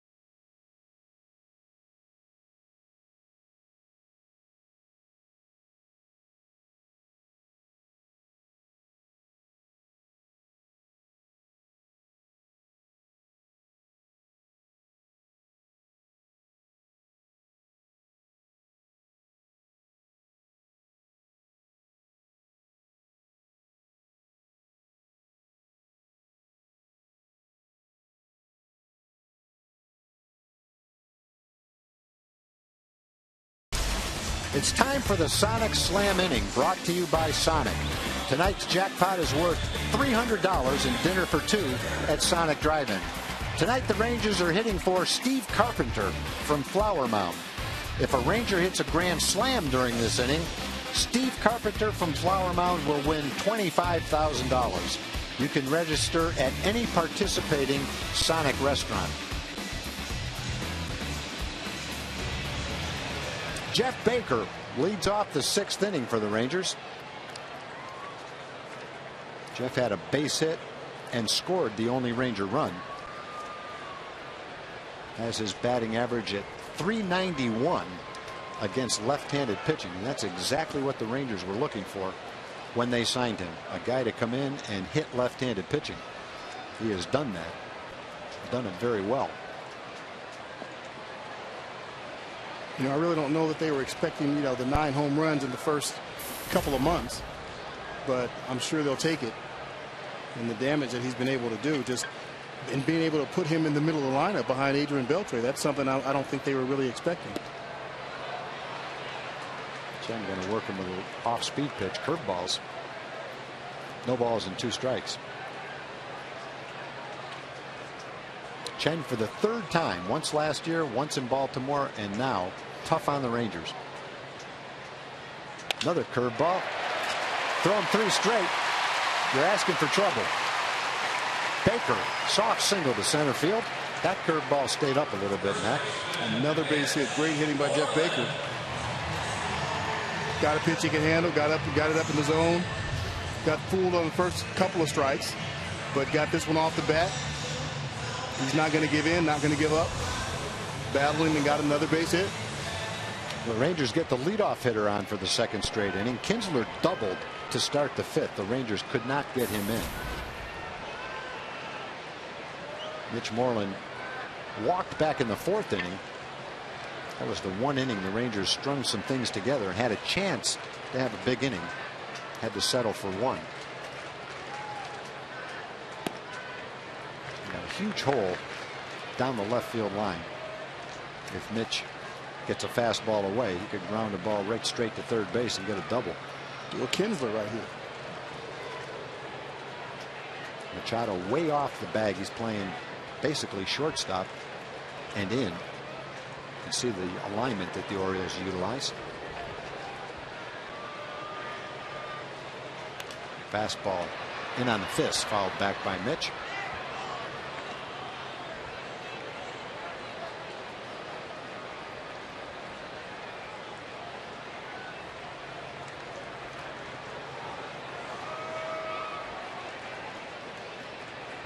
Which had 13 home runs in the first half. He's looking for a home run right here. The Orioles give up more home runs than any other pitching staff.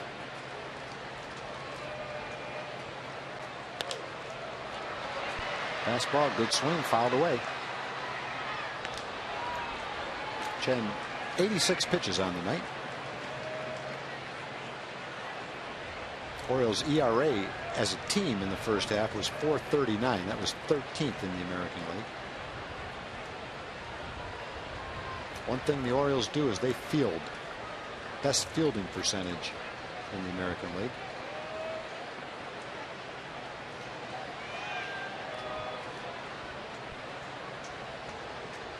One-two pitch fouled off. 93 miles an hour from Chen.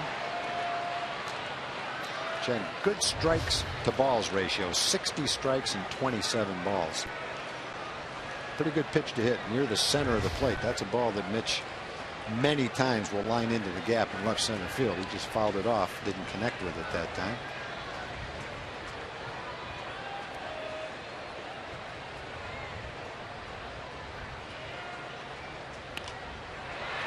Another fastball fouled off. Right now, Mitch's timing is just not there. He's had a few pitches, especially this at bat, that he normally just drives. Behind on the fastball a little bit. Both of these last 2 pitches are right down the middle of the plate, and he normally crushes those pitches. And right now, he's just a little bit off. Yeah, and I have to say, Mac, that you look at the scoreboard and see 3-1, and you say Chen's throwing a great game, but Rangers have let them off the hook. Some of the pitches they've had to hit and haven't taken advantage of. Another fastball. This one he sneaks by Mitch for the first out of the 6th inning.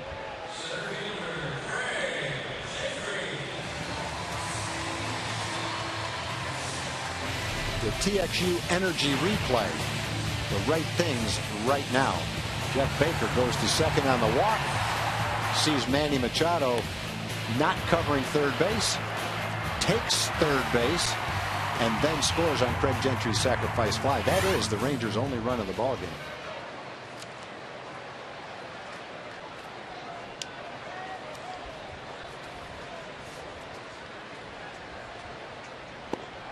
Gentry thinking about dropping a bunt down. Pretty good idea. Machado was back at third base. Gentry got a pitch to bunt and got it down. He had a pretty good chance to beat it out.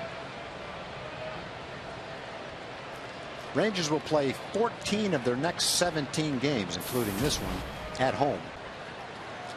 Play some good teams over that stretch, but trying to take advantage of the schedule at home.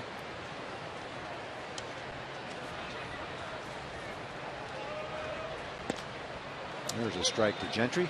Fastball. Rangers went 3-4 on their road trip leading up to the All-Star break. Dropped 4 out of 5 prior to the break. 7-8 in their last 15 games. Didn't play great, but they're hanging in there. 2 games behind Oakland coming into the game tonight. There's a fastball lined into the gap. That could go to the wall. Jones cuts it off. Pettis waving the runner around. Baker trying to score. Goes back to third and is tagged out. Now, Pettis waved Baker around. Got caught in between. Nice play by Jones out in right center field. I thought that ball might roll to the warning track. Jones cut it off and wasn't able to do it.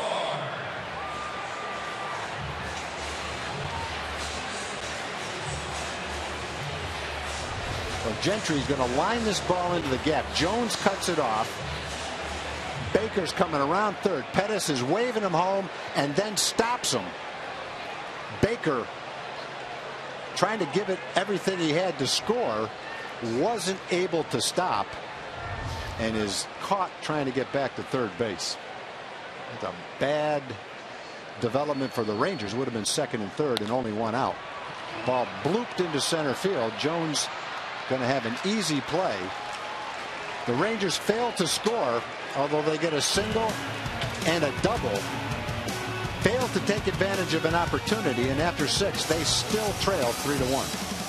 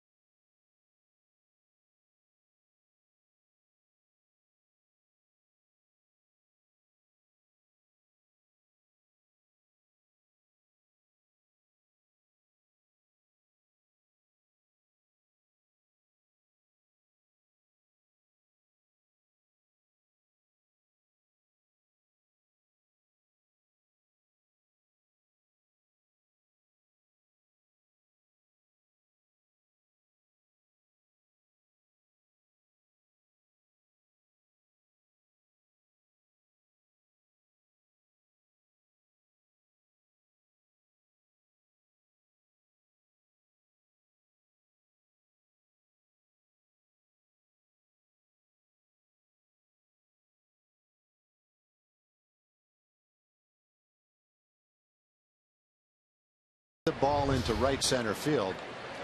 And Mac, what happens after that? You see Baker hitting third base right there, and Gary's got his hands up, and Baker didn't see him. He took his eye off of him, and it took him about 3 or 4 steps to really pick Gary up again and realize that he had his hands up, had the stop sign up before he stopped and wasn't able to get back. So I think you really want to keep your eye on that third base coach. And he's a little bit further down the line than I thought he was. He let the ball get into the cutoff man before he put the stop sign up. But as a runner, when I'm coming into third base, I want to see if I'm waving, if that third base coach is waving me around as I'm getting to third base, I'm thinking I'm going. I'm not thinking about stopping as I'm getting to third base to make that stop. But I also have a good idea of where that ball is and if they're going to pick it up or not. So that's a tough call on both their parts.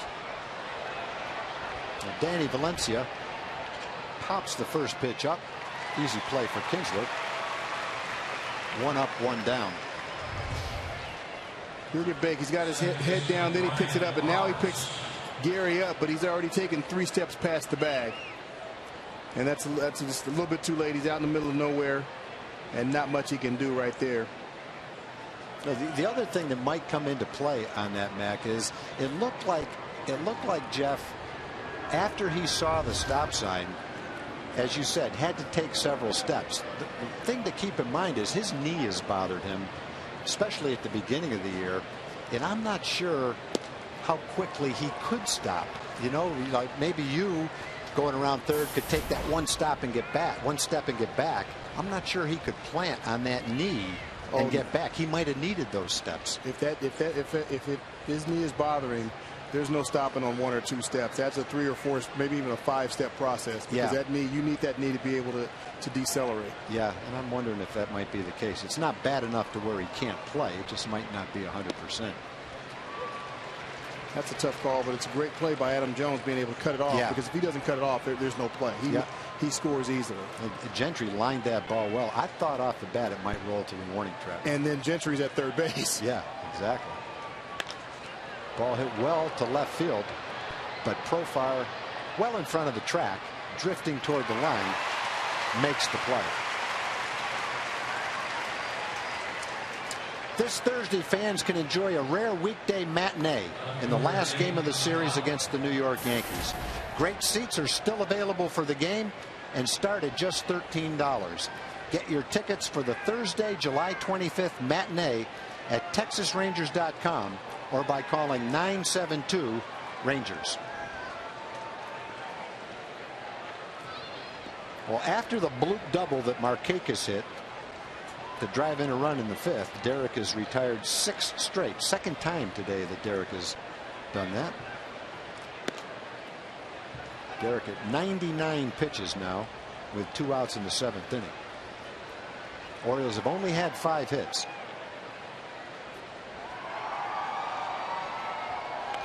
Derek, against one of the best offenses in the American League, has pitched a strong game. He hung an off-speed pitch that Wieters hit for a home run. He missed location on a fastball, 0-2 to McLouth in the 3rd inning. McLouth doubled, and then he was just a victim of a couple of poor defensive plays in the 5th inning that allowed an earned run to score then. Good off-speed pitch to McLouth. McLouth had a single and a double, then grounded out, jam shot in the 5th inning. Derek's ahead of him, 1 ball and 2 strikes now with 2 outs in the 7th.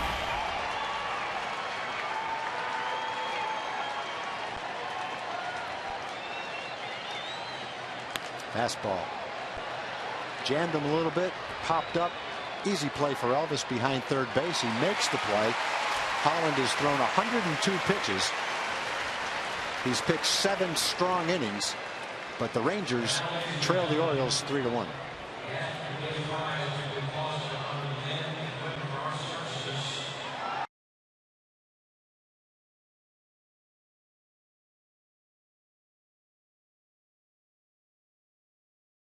In honor of Police Officers and Law Enforcement Appreciation Night, Brittany Zervitz sings God Bless America. God bless America, land that I love. Stand beside her and guide her through night with the light from above. From the mountains to the prairies to the oceans wide with foam. God bless America, my home sweet home. God bless America, my home sweet home.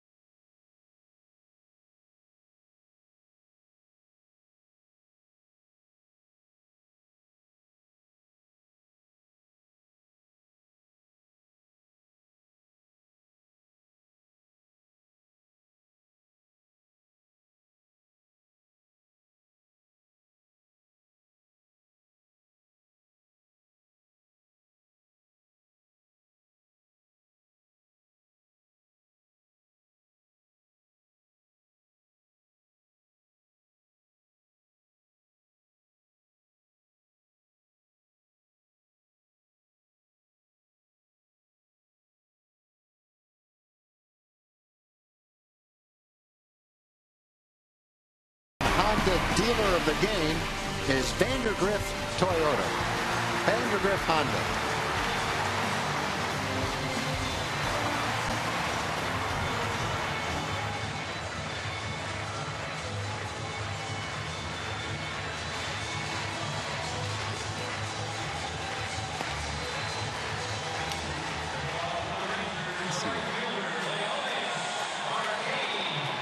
Mac, the Rangers bats have to get going here in the 7th inning. They trail 3-1. They've got to get something started here. They can't continue to wait around. And you know, they've had their opportunities. They've had Chin on the ropes a couple of times and let opportunities slip right through their fingers. And you know, in situations where they normally succeed, they haven't been able to get it done so far. They've had the leadoff hitter on in the last 2 innings. Martin thinking about bunting. If he does bunt, he's going to have to bunt it toward first base. Every time he's hit, Machado has been way in at third base.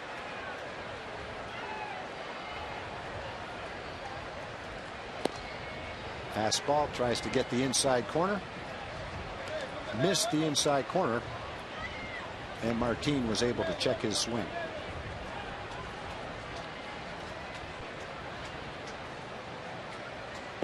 Breaking ball low. 2 balls and 1 strike. Well, this is the spot in the order that you want to get things started. Martin, the 9-hole hitter, and you've got the top of the order coming up.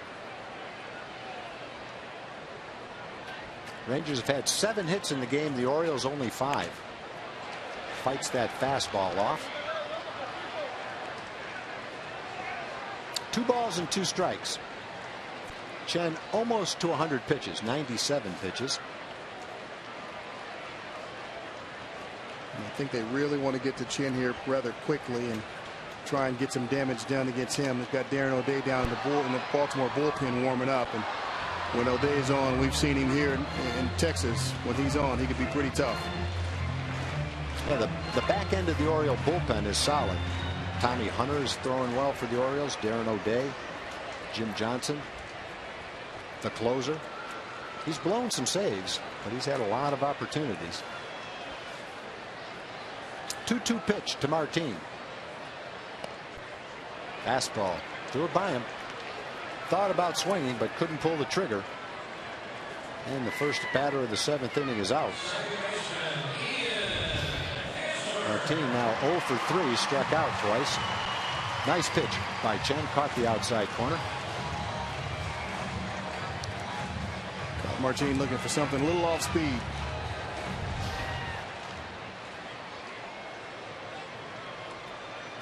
Ian Kinsler's 1 for 3, doubled down the right field line. Ground ball inside the first base bag in the 5th inning.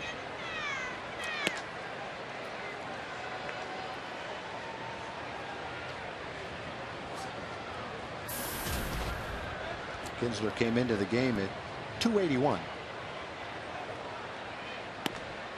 Fastball for a strike. Chen still throwing well, 93 miles an hour with that last fastball. Chen's thrown a lot of strikes. 70 out of 101 pitches have been strikes.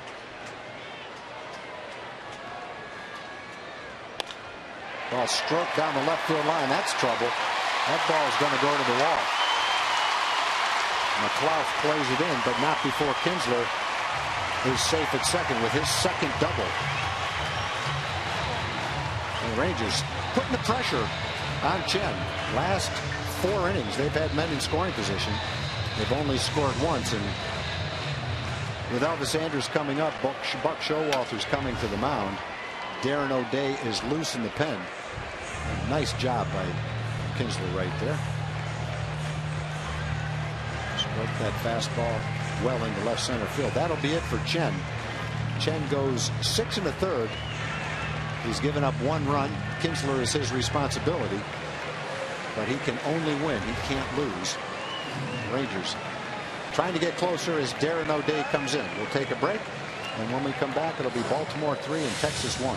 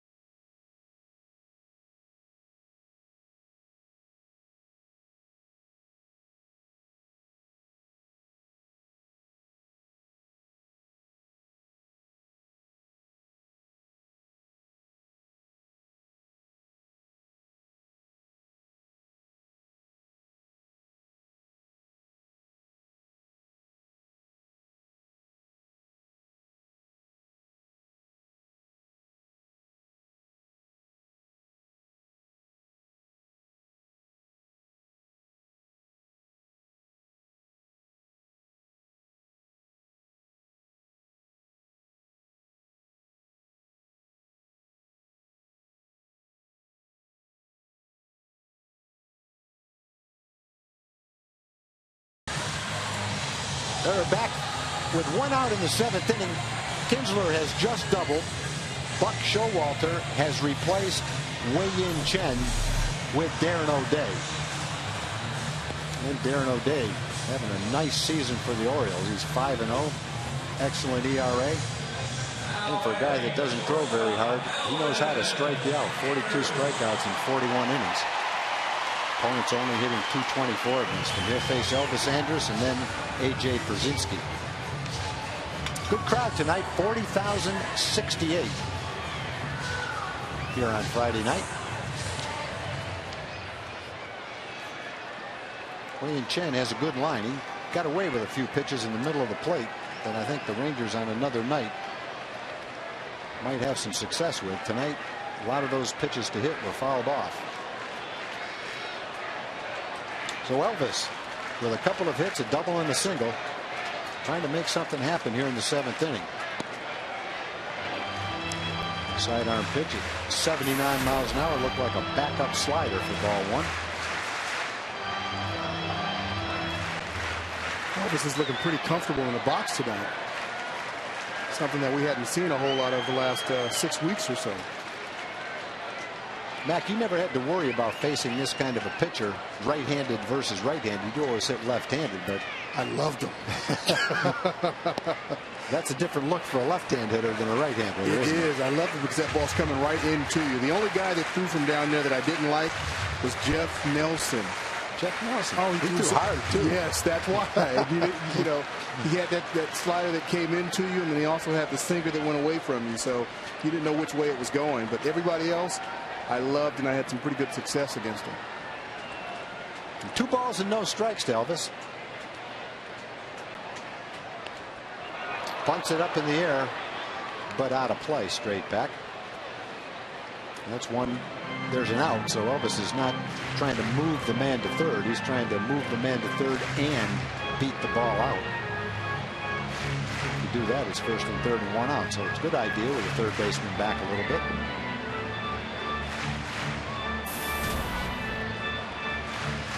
And the other thing, you've got the left-handed A.J. Przinsky on deck. I'm not sure that he would have done that if Nelly is sitting behind him in that 3-hole tonight.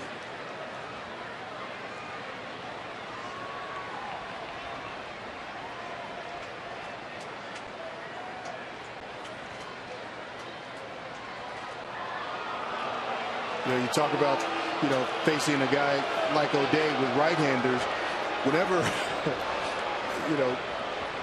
Pudge being inducted in the Hall of Fame tomorrow, Pudge and Juan, those guys, they hated when Jeff Nelson would come in. So whenever we were in a situation with Seattle, Lou would bring Jeff Nelson in, and they would just be, so they knew they couldn't do anything with him. They were tough.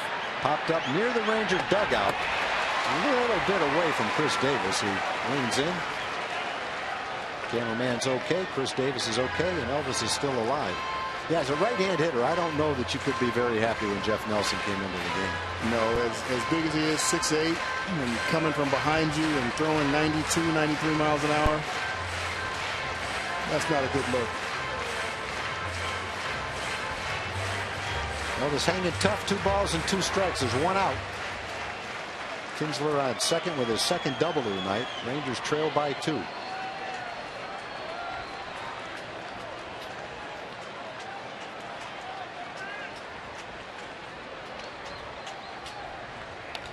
Good sinker. Elvis just got a piece of it.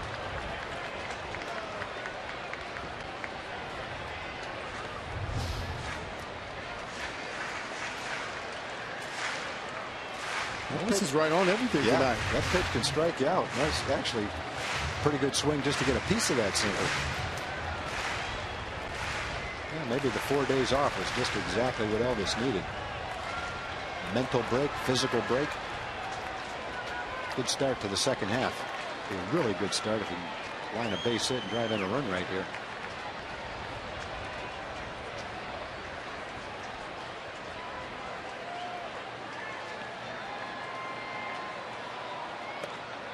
Two pitch up and in. Darren likes to get ahead of you with 2 strikes and then try to get you to swing at his high fastball. That's a lot of strikeouts that way. Rangers would love to see Elvis work a walk right here and have a couple of men on for Przinsky.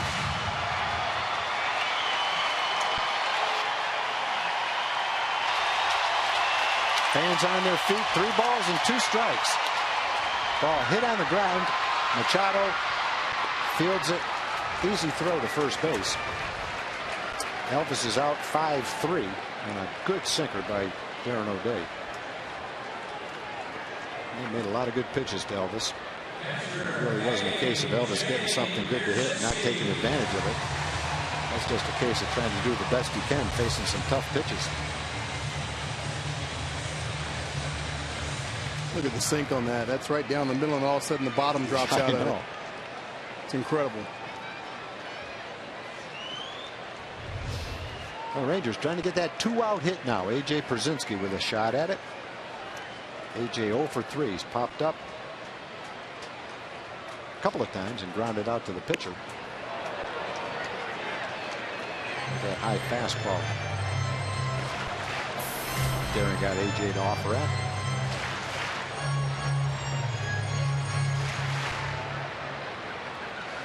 Again, Nelly Cruz not in the lineup tonight, suffering from a pretty severe migraine headache. Hope Nelly will be okay for tomorrow.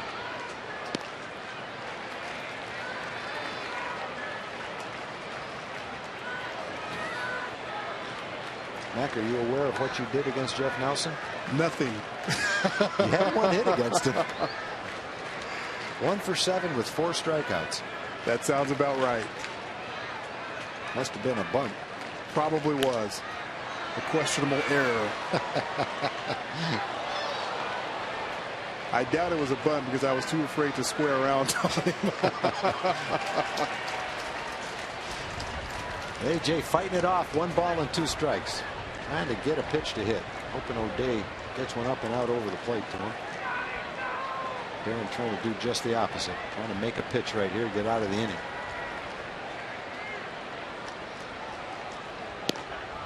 And backdoor that slider. Missed with it at 79 miles an hour. 2 balls and 2 strikes.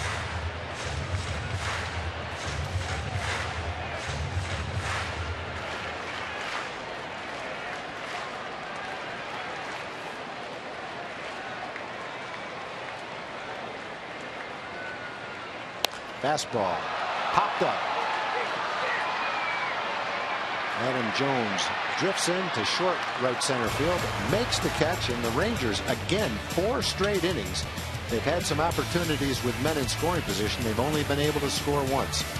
And at the end of 7, the Orioles continue to lead the Rangers 3-1.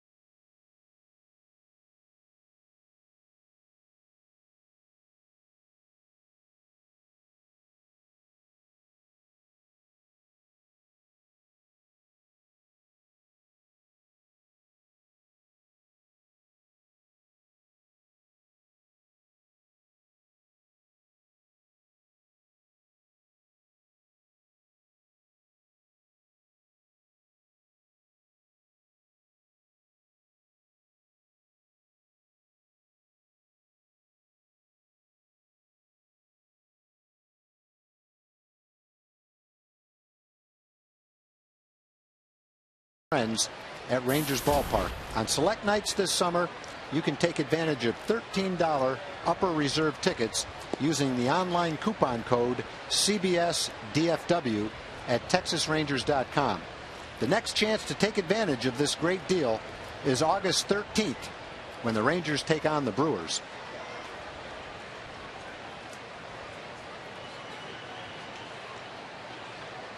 Derek Holland out for the 8th inning. Derek has thrown 102 pitches. He's given up 3 runs. He's given up 5 hits. Pitched a good ball game so far. A couple of mistakes early led to a couple of runs, and a couple of defensive plays that weren't made led to the 3rd run. Ranger bats have only managed 1 run, although they've had 8 hits. Changeup just misses low to Machado. Machado had the infield hit with 2 outs. And then came in on Markakis' blooper to left field. There's a jam shot hit to right field. Easy play from Martin. Great pitch by Derek. 1 up, 1 down in the 8th.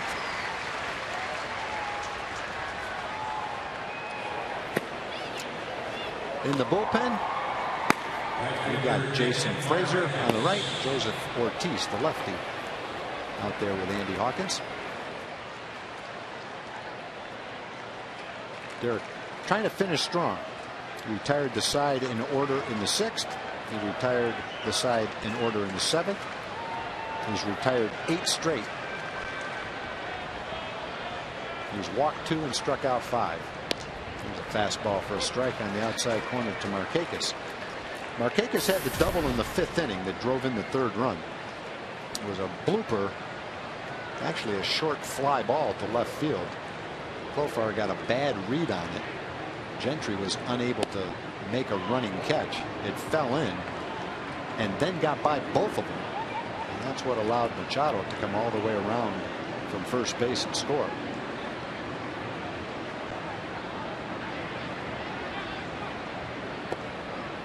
Off speed pitch low, 2 balls and 1 strike.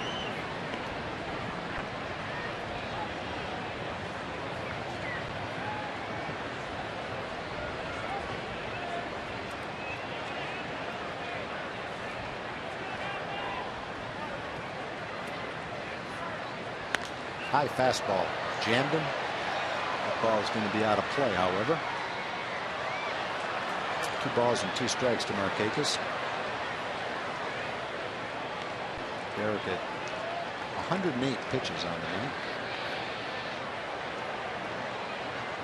Mac, I think when you look at the Rangers starting staff, you'd have to say that Derek has been the most consistent starter all season long. He has. He had a little bit of a road bump after, I would say, about his 9th or 10th start, but he turned things back around.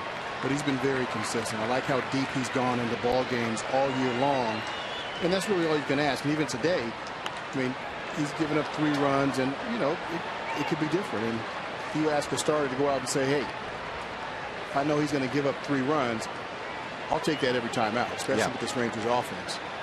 Yeah, if you can go three runs and pitch 8 innings, you're going to win a lot of ball games. Had 1 tough inning in the 3rd when he threw 24 pitches. The slider hit well. We got a guy there? Yes, we do.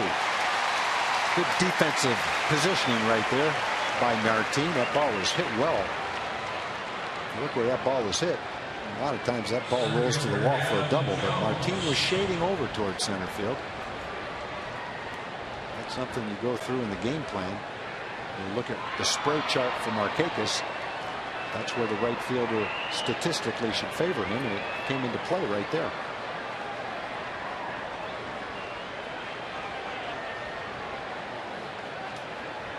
Adam Jones, this American League All-Star center fielder, has walked 0 for 2 on the night. Derek's still throwing well, 93 miles an hour with that high fastball, 110 pitches on the night.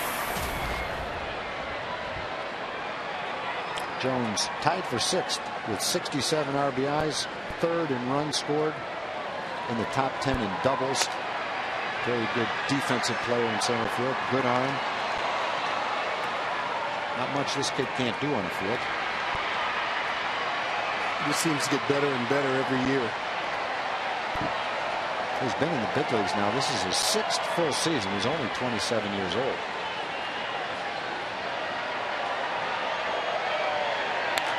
Another high fastball fouled back. That was a trade Seattle would like to have back. It wasn't made by current management. But when you look at what Seattle's trying to do now, build with young players. They traded Adam Jones and Chris Tillman, who also made the All-Star team as a starting pitcher, for Eric Bedard a number of years ago. And the current regime looking back at that trade and wondering what could have been if we kept those 2 guys. Could that be the reason why there's a new regime? Might have a lot to do with it. Right. I think you can make a case if Tillman was in their rotation and Jones was their center fielder, they might be 5 or 6 games better off in the standings and possibly a contender. 1 ball and 2 strikes now. 2 outs in the 8th inning. Fastball ripped into left field. Base hit for Jones. Derek trying to finish strong. 94-mile-an-hour fastball, but Jones is a very good fastball hitter. Wash talking to Mike Maddox. That's 115 pitches for Derek. Doubt they're going to make a change right here with Chris Davis, a left-hand hitter, up. decent chance, though, that this could be Derek's last hitter. And maybe he won't get to face Chris Davis. We'll see. You do have a lefty and a righty in the bullpen. Joseph Ortiz is the lefty, and he pitched exceptionally well in his last outing before the All-Star break. Derek, I'm sure, will lobby to stay in this game. See if Wash gives him a chance to talk his way into it.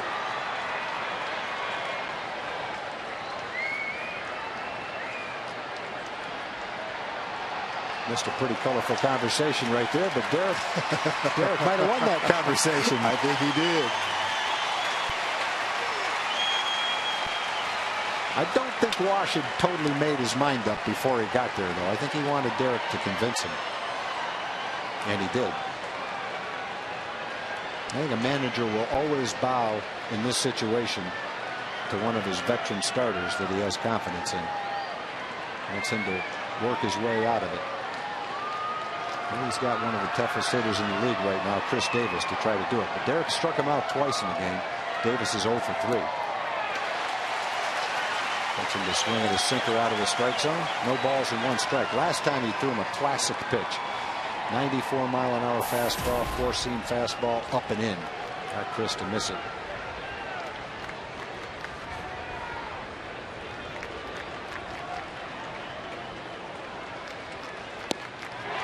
Another sinker down and in. No balls, 2 strikes. And this is the second time that Derek Holland's gone this deep into a ball game with Baltimore. Last time, July 8th against Baltimore, threw 125 pitches in that game. Fans are on their feet. Fastball line down the left field line, but just slicing foul. A little bit too close to the plate right there. No balls and 2 strikes. Davis likes the ball out over the plate. Derek is trying to throw it in, but he catches the middle of the plate. Fortunately, that ball slices well foul. Fans very appreciative of the effort that Derek has given tonight. Rooting for him to finish it off strong right here. Slider, he gets him swinging 3 times. Chris Davis has gone down. Standing ovation for Derek Holland. 8 innings, 6 hits, and 3 runs. Wash stuck with him. Derek paid it off. 3-1 Orioles going to the bottom of the 8th.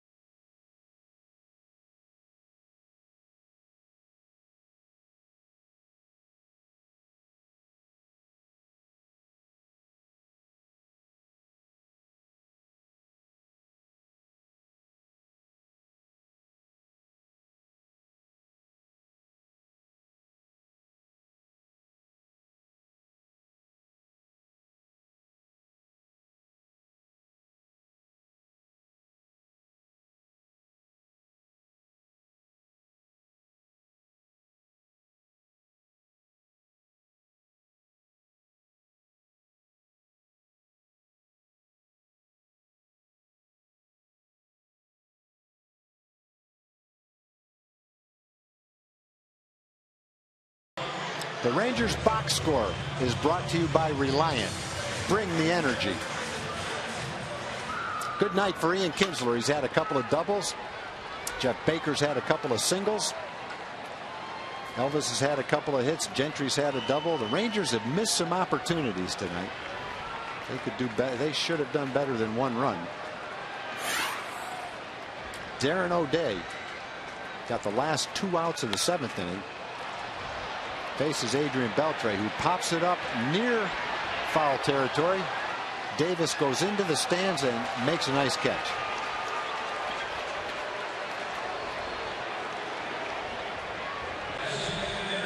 Our Honda flashback moment.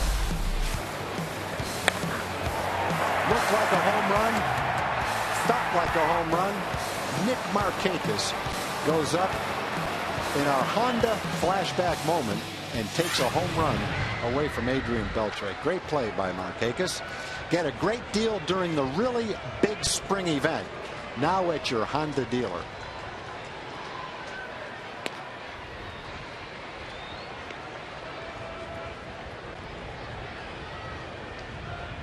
The Rangers trying to get some runs in support of Derek Holland, who pitched a strong game. 8 innings, 6 hits, and 3 runs.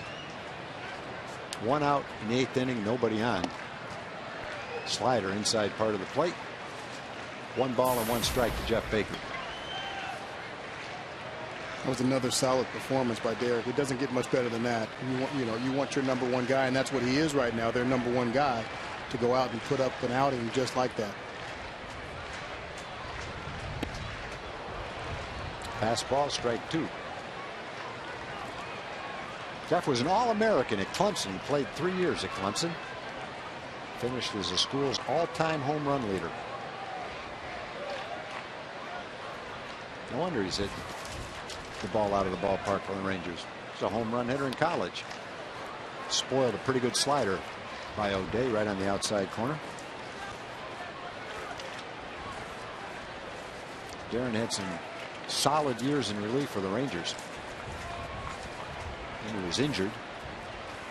Orioles acquired him, and he's been terrific for them. The main reasons they were a pennant contender last year was how strong their bullpen was, and Darren was a big part of that.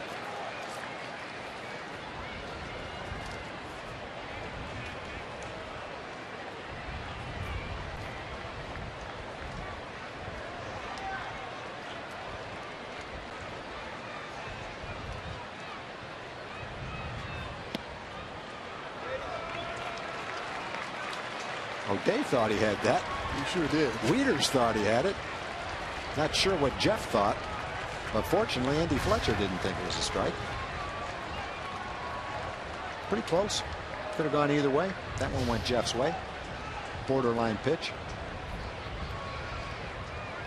Now, usually after that happens comes a base hit, doesn't it? Yeah, maybe an extra base hit. And it fooled him. One of those sliders that Mack, it looked like it started out inside and caught the inside corner. Wow. You tell Jeff was fooled by the pitch. Borderline pitch. Looked like it might have come back and just caught the inside corner. Jeff tries to make a little quick contact to spoil it, but wasn't able to do it. I think that was going to be a makeup call. Yeah, I don't think he would have gotten that call. 4 up, 4 down for O'Day. Came in with Kinsler at second base and 1 out. Got out of the 7th.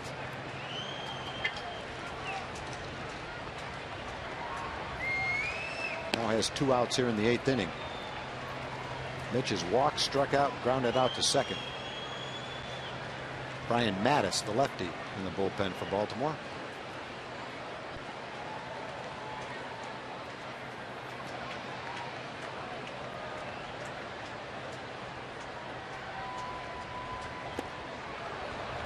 Fastball.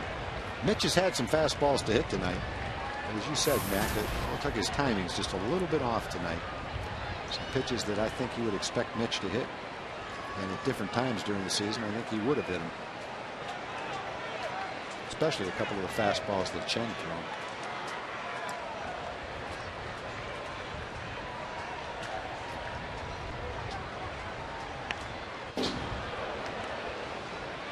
Fastball up and in. Mitch tried to check his swing, wasn't quite able to do it.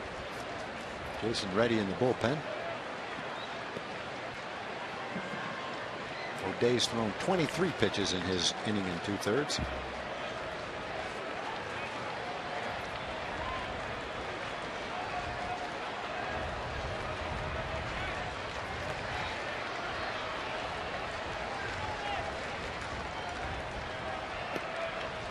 Misses with a backdoor slider. 2 balls and 2 strikes.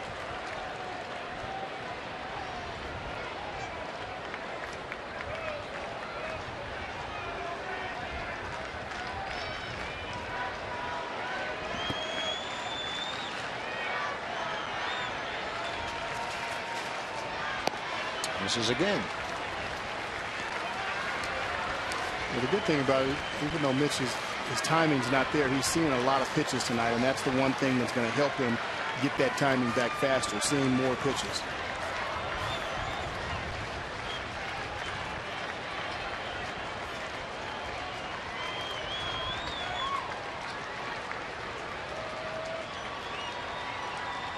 High fastball. That's Darren's strikeout pitch right there. Kind of lulls you to sleep with slower pitches, comes in with a high fastball, and he got Mitch for the 3rd out. So O'Day faces 5 hitters, strikes out 2 of them, and carrying into the 9th inning, the Orioles have a 3-1 lead.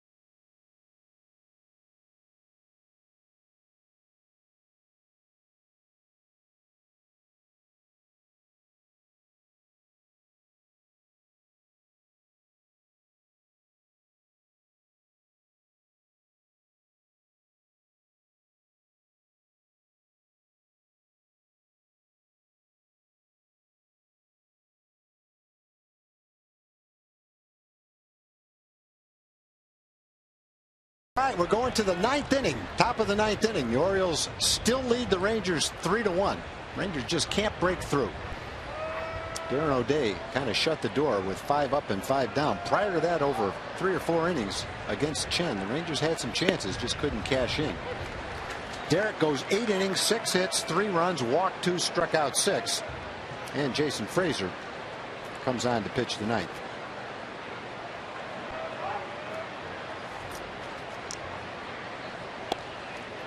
Good fastball for a strike. Hit the outside corner with it. 2 quick strikes to J.J. Hardy. Hardy's 0 for 3 on the night. Hit the ball in the air 3 times.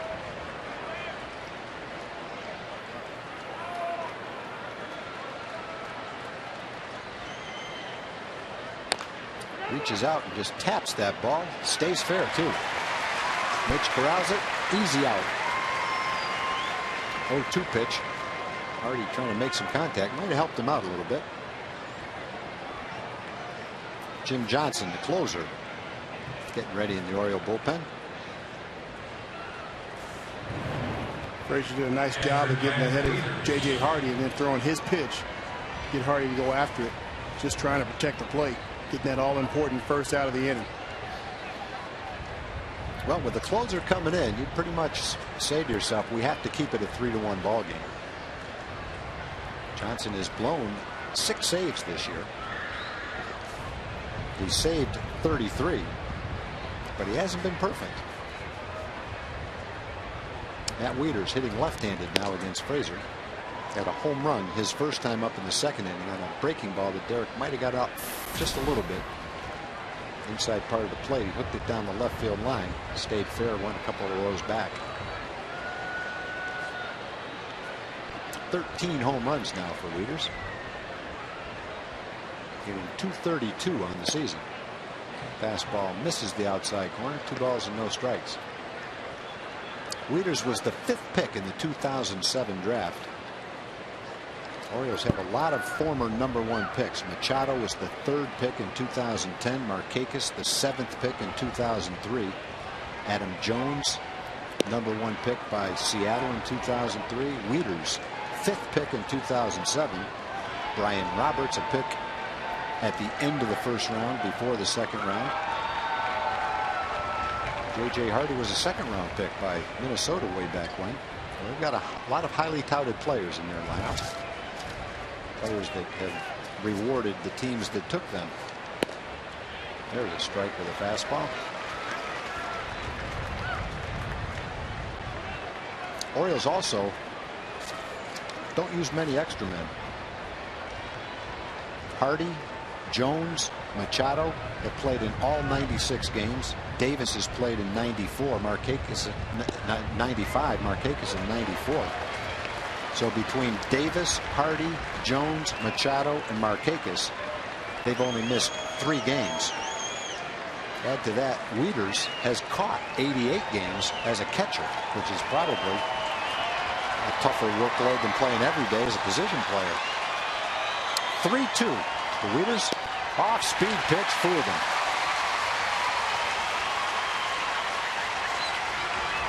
Not sure how you could be ready for that pitch after several fastballs. But the changeup dips down like a curveball. If you're looking for that pitch, 3-2, there's an issue. You got a crystal ball.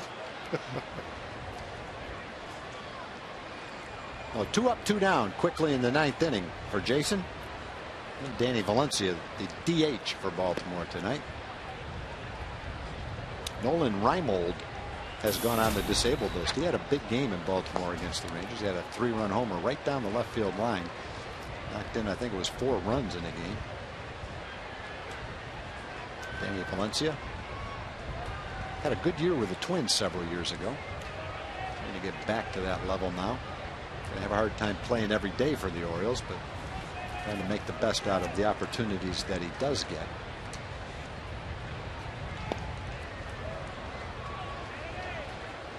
Fastball looked like a pretty good pitch.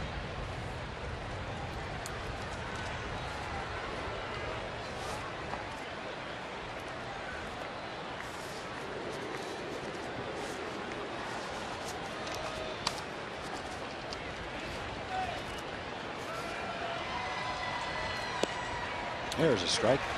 Well placed 93-mile-an-hour fastball.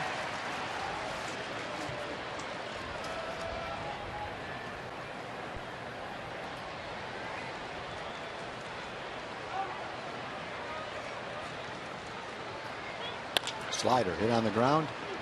Elvis fields it on a big hop, throws over to Mitch. 3 up, 3 down in the 9th. Good job by Jason Frazier. Rangers will come up in the bottom of the 9th. It'll be Gentry, Profar, and Martin as they try to come down from a 3-1 deficit.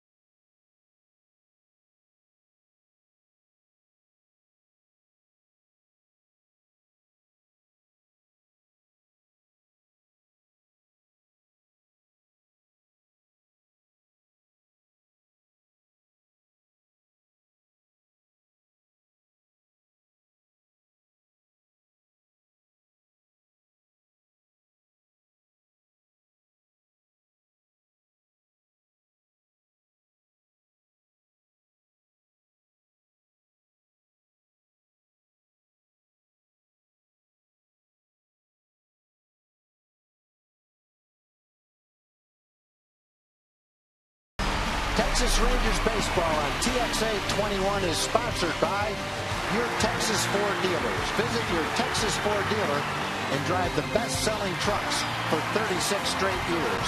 Ford is the best in Texas. By AT&T UVerse TV and by TXU Energy. The right things right now. 1-866-CALL-TXU.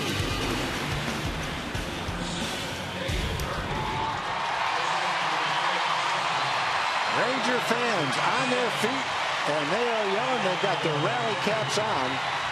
The Rangers trail 3-1, and David Murphy will pinch hit for Craig Gentry to lead off the ninth inning.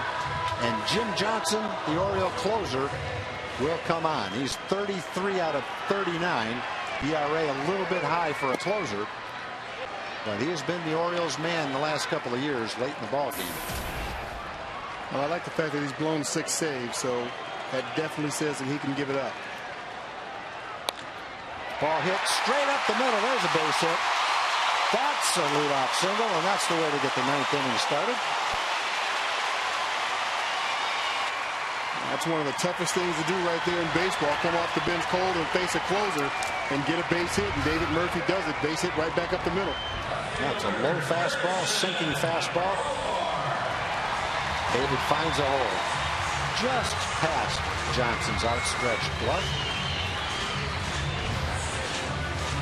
Profar hitting left-handed, finds Machado way in at third base. Great chance for Jurickson to shoot a slice of line, a ground ball right by him. Fastball. Actually, it wasn't a fastball. Off-speed pitch at 88 miles an hour. Johnson's fastball is usually 93, 94 miles an hour. Bottom dropped out of that off-speed pitch. No balls and 1 strike to Profar. Profar 1 for 3 on the night. He had an 0-2 single in the 4th inning. He's grounded out and popped up.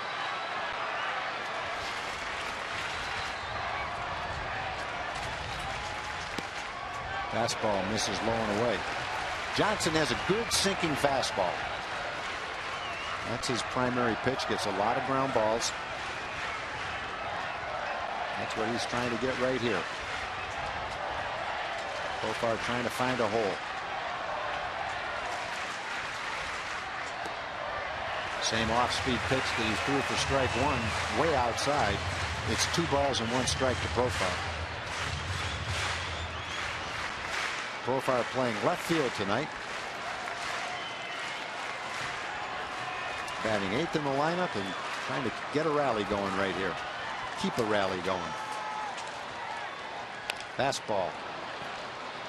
Sinking at 88 miles an hour. Again, that's probably not his fastball. Took a little bit off.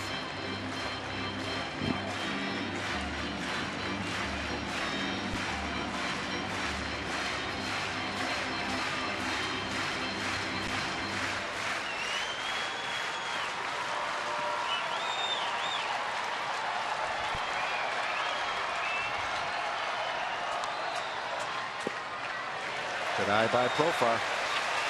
Got to throw him a strike right here. Nobody out in the 9th inning. The Rangers trail by 2. Fans on their feet. Rally caps around. Profar 3 balls and 2 strikes. Looking for a good pitch to hit from Jim Johnson right here. Johnson has given up 3 home runs. Profar, 95-mile-an-hour sinker. Tough pitch. Not sure it was a strike. Tough pitch to lay off of. Runs the count to 3-2, but Johnson comes through. Nice pitch by Johnson going down and in on Profar. Profar just not able to get the head to it. And it's tough. This is the first time Profar got to face Johnson. Not an easy thing to do, seeing a closer for the first time. It looked like it might have been a little bit low, but the strike zone showed that it was a strike. Ball hit by Martin to right field, but didn't get all of it. Markakis holds his ground and makes the play for out number 2. The leadoff single by Murphy, but a big strikeout by Johnson on a 3-2 pitch. And then Martin flies out to right. 2 up, 2 outs for Ian Kinsler. Kinsler has doubled his last 2 times up. 2 for 7 with a home run in his career against Jim Johnson.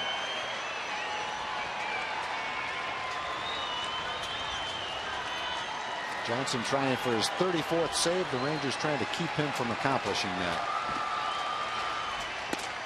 Fastball for a strike.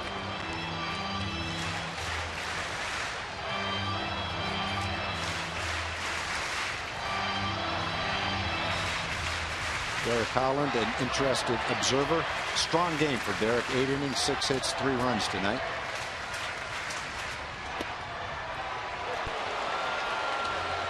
That's a strike. Rangers won the first 2 games in Baltimore, scored a bunch of runs, and then the Oriole pitcher shut them down in the last 2 games of that series, and so far in the first game of this series.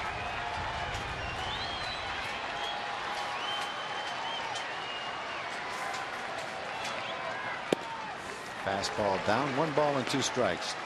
Orioles came into the game 53-43. 3rd place in the American League East, 4.5 games behind the Red Sox.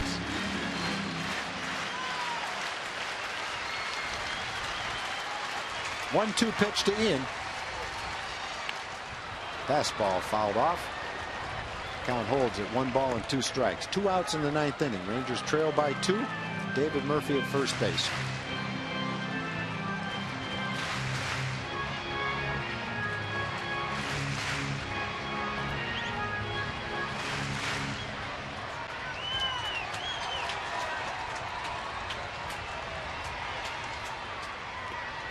Fastball clipped him.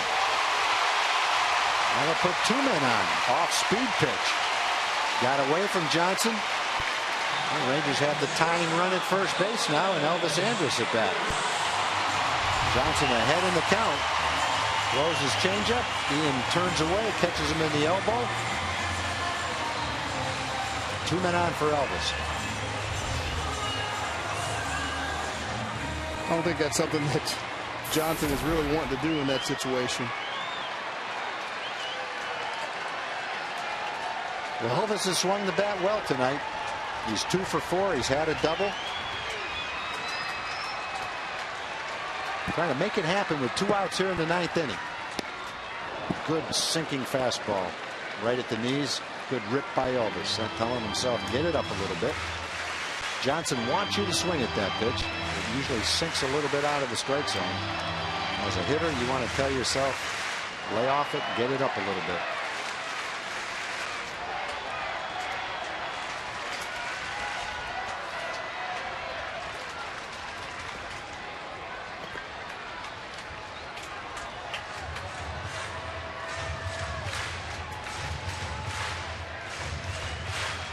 If Elvis can keep it going, A.J. Pierzynski would get an opportunity.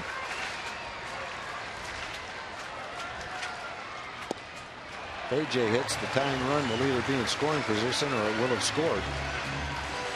Got good speed on the bases. Anything in the gap, anything down the line, give a pretty good chance. This is the part of the order that you definitely want coming up.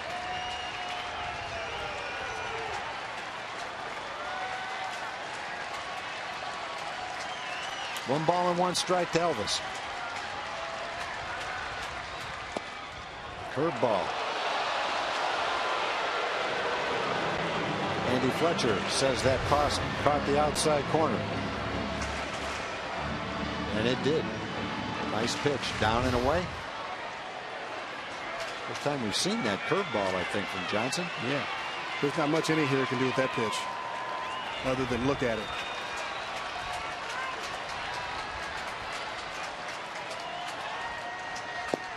Misses with a fastball. 95 miles an hour, runs the count to 2 balls and 2 strikes. Elvis taking a deep breath, getting his thoughts together. Have to look for a fastball right here and hope he can adjust to anything else that he might throw.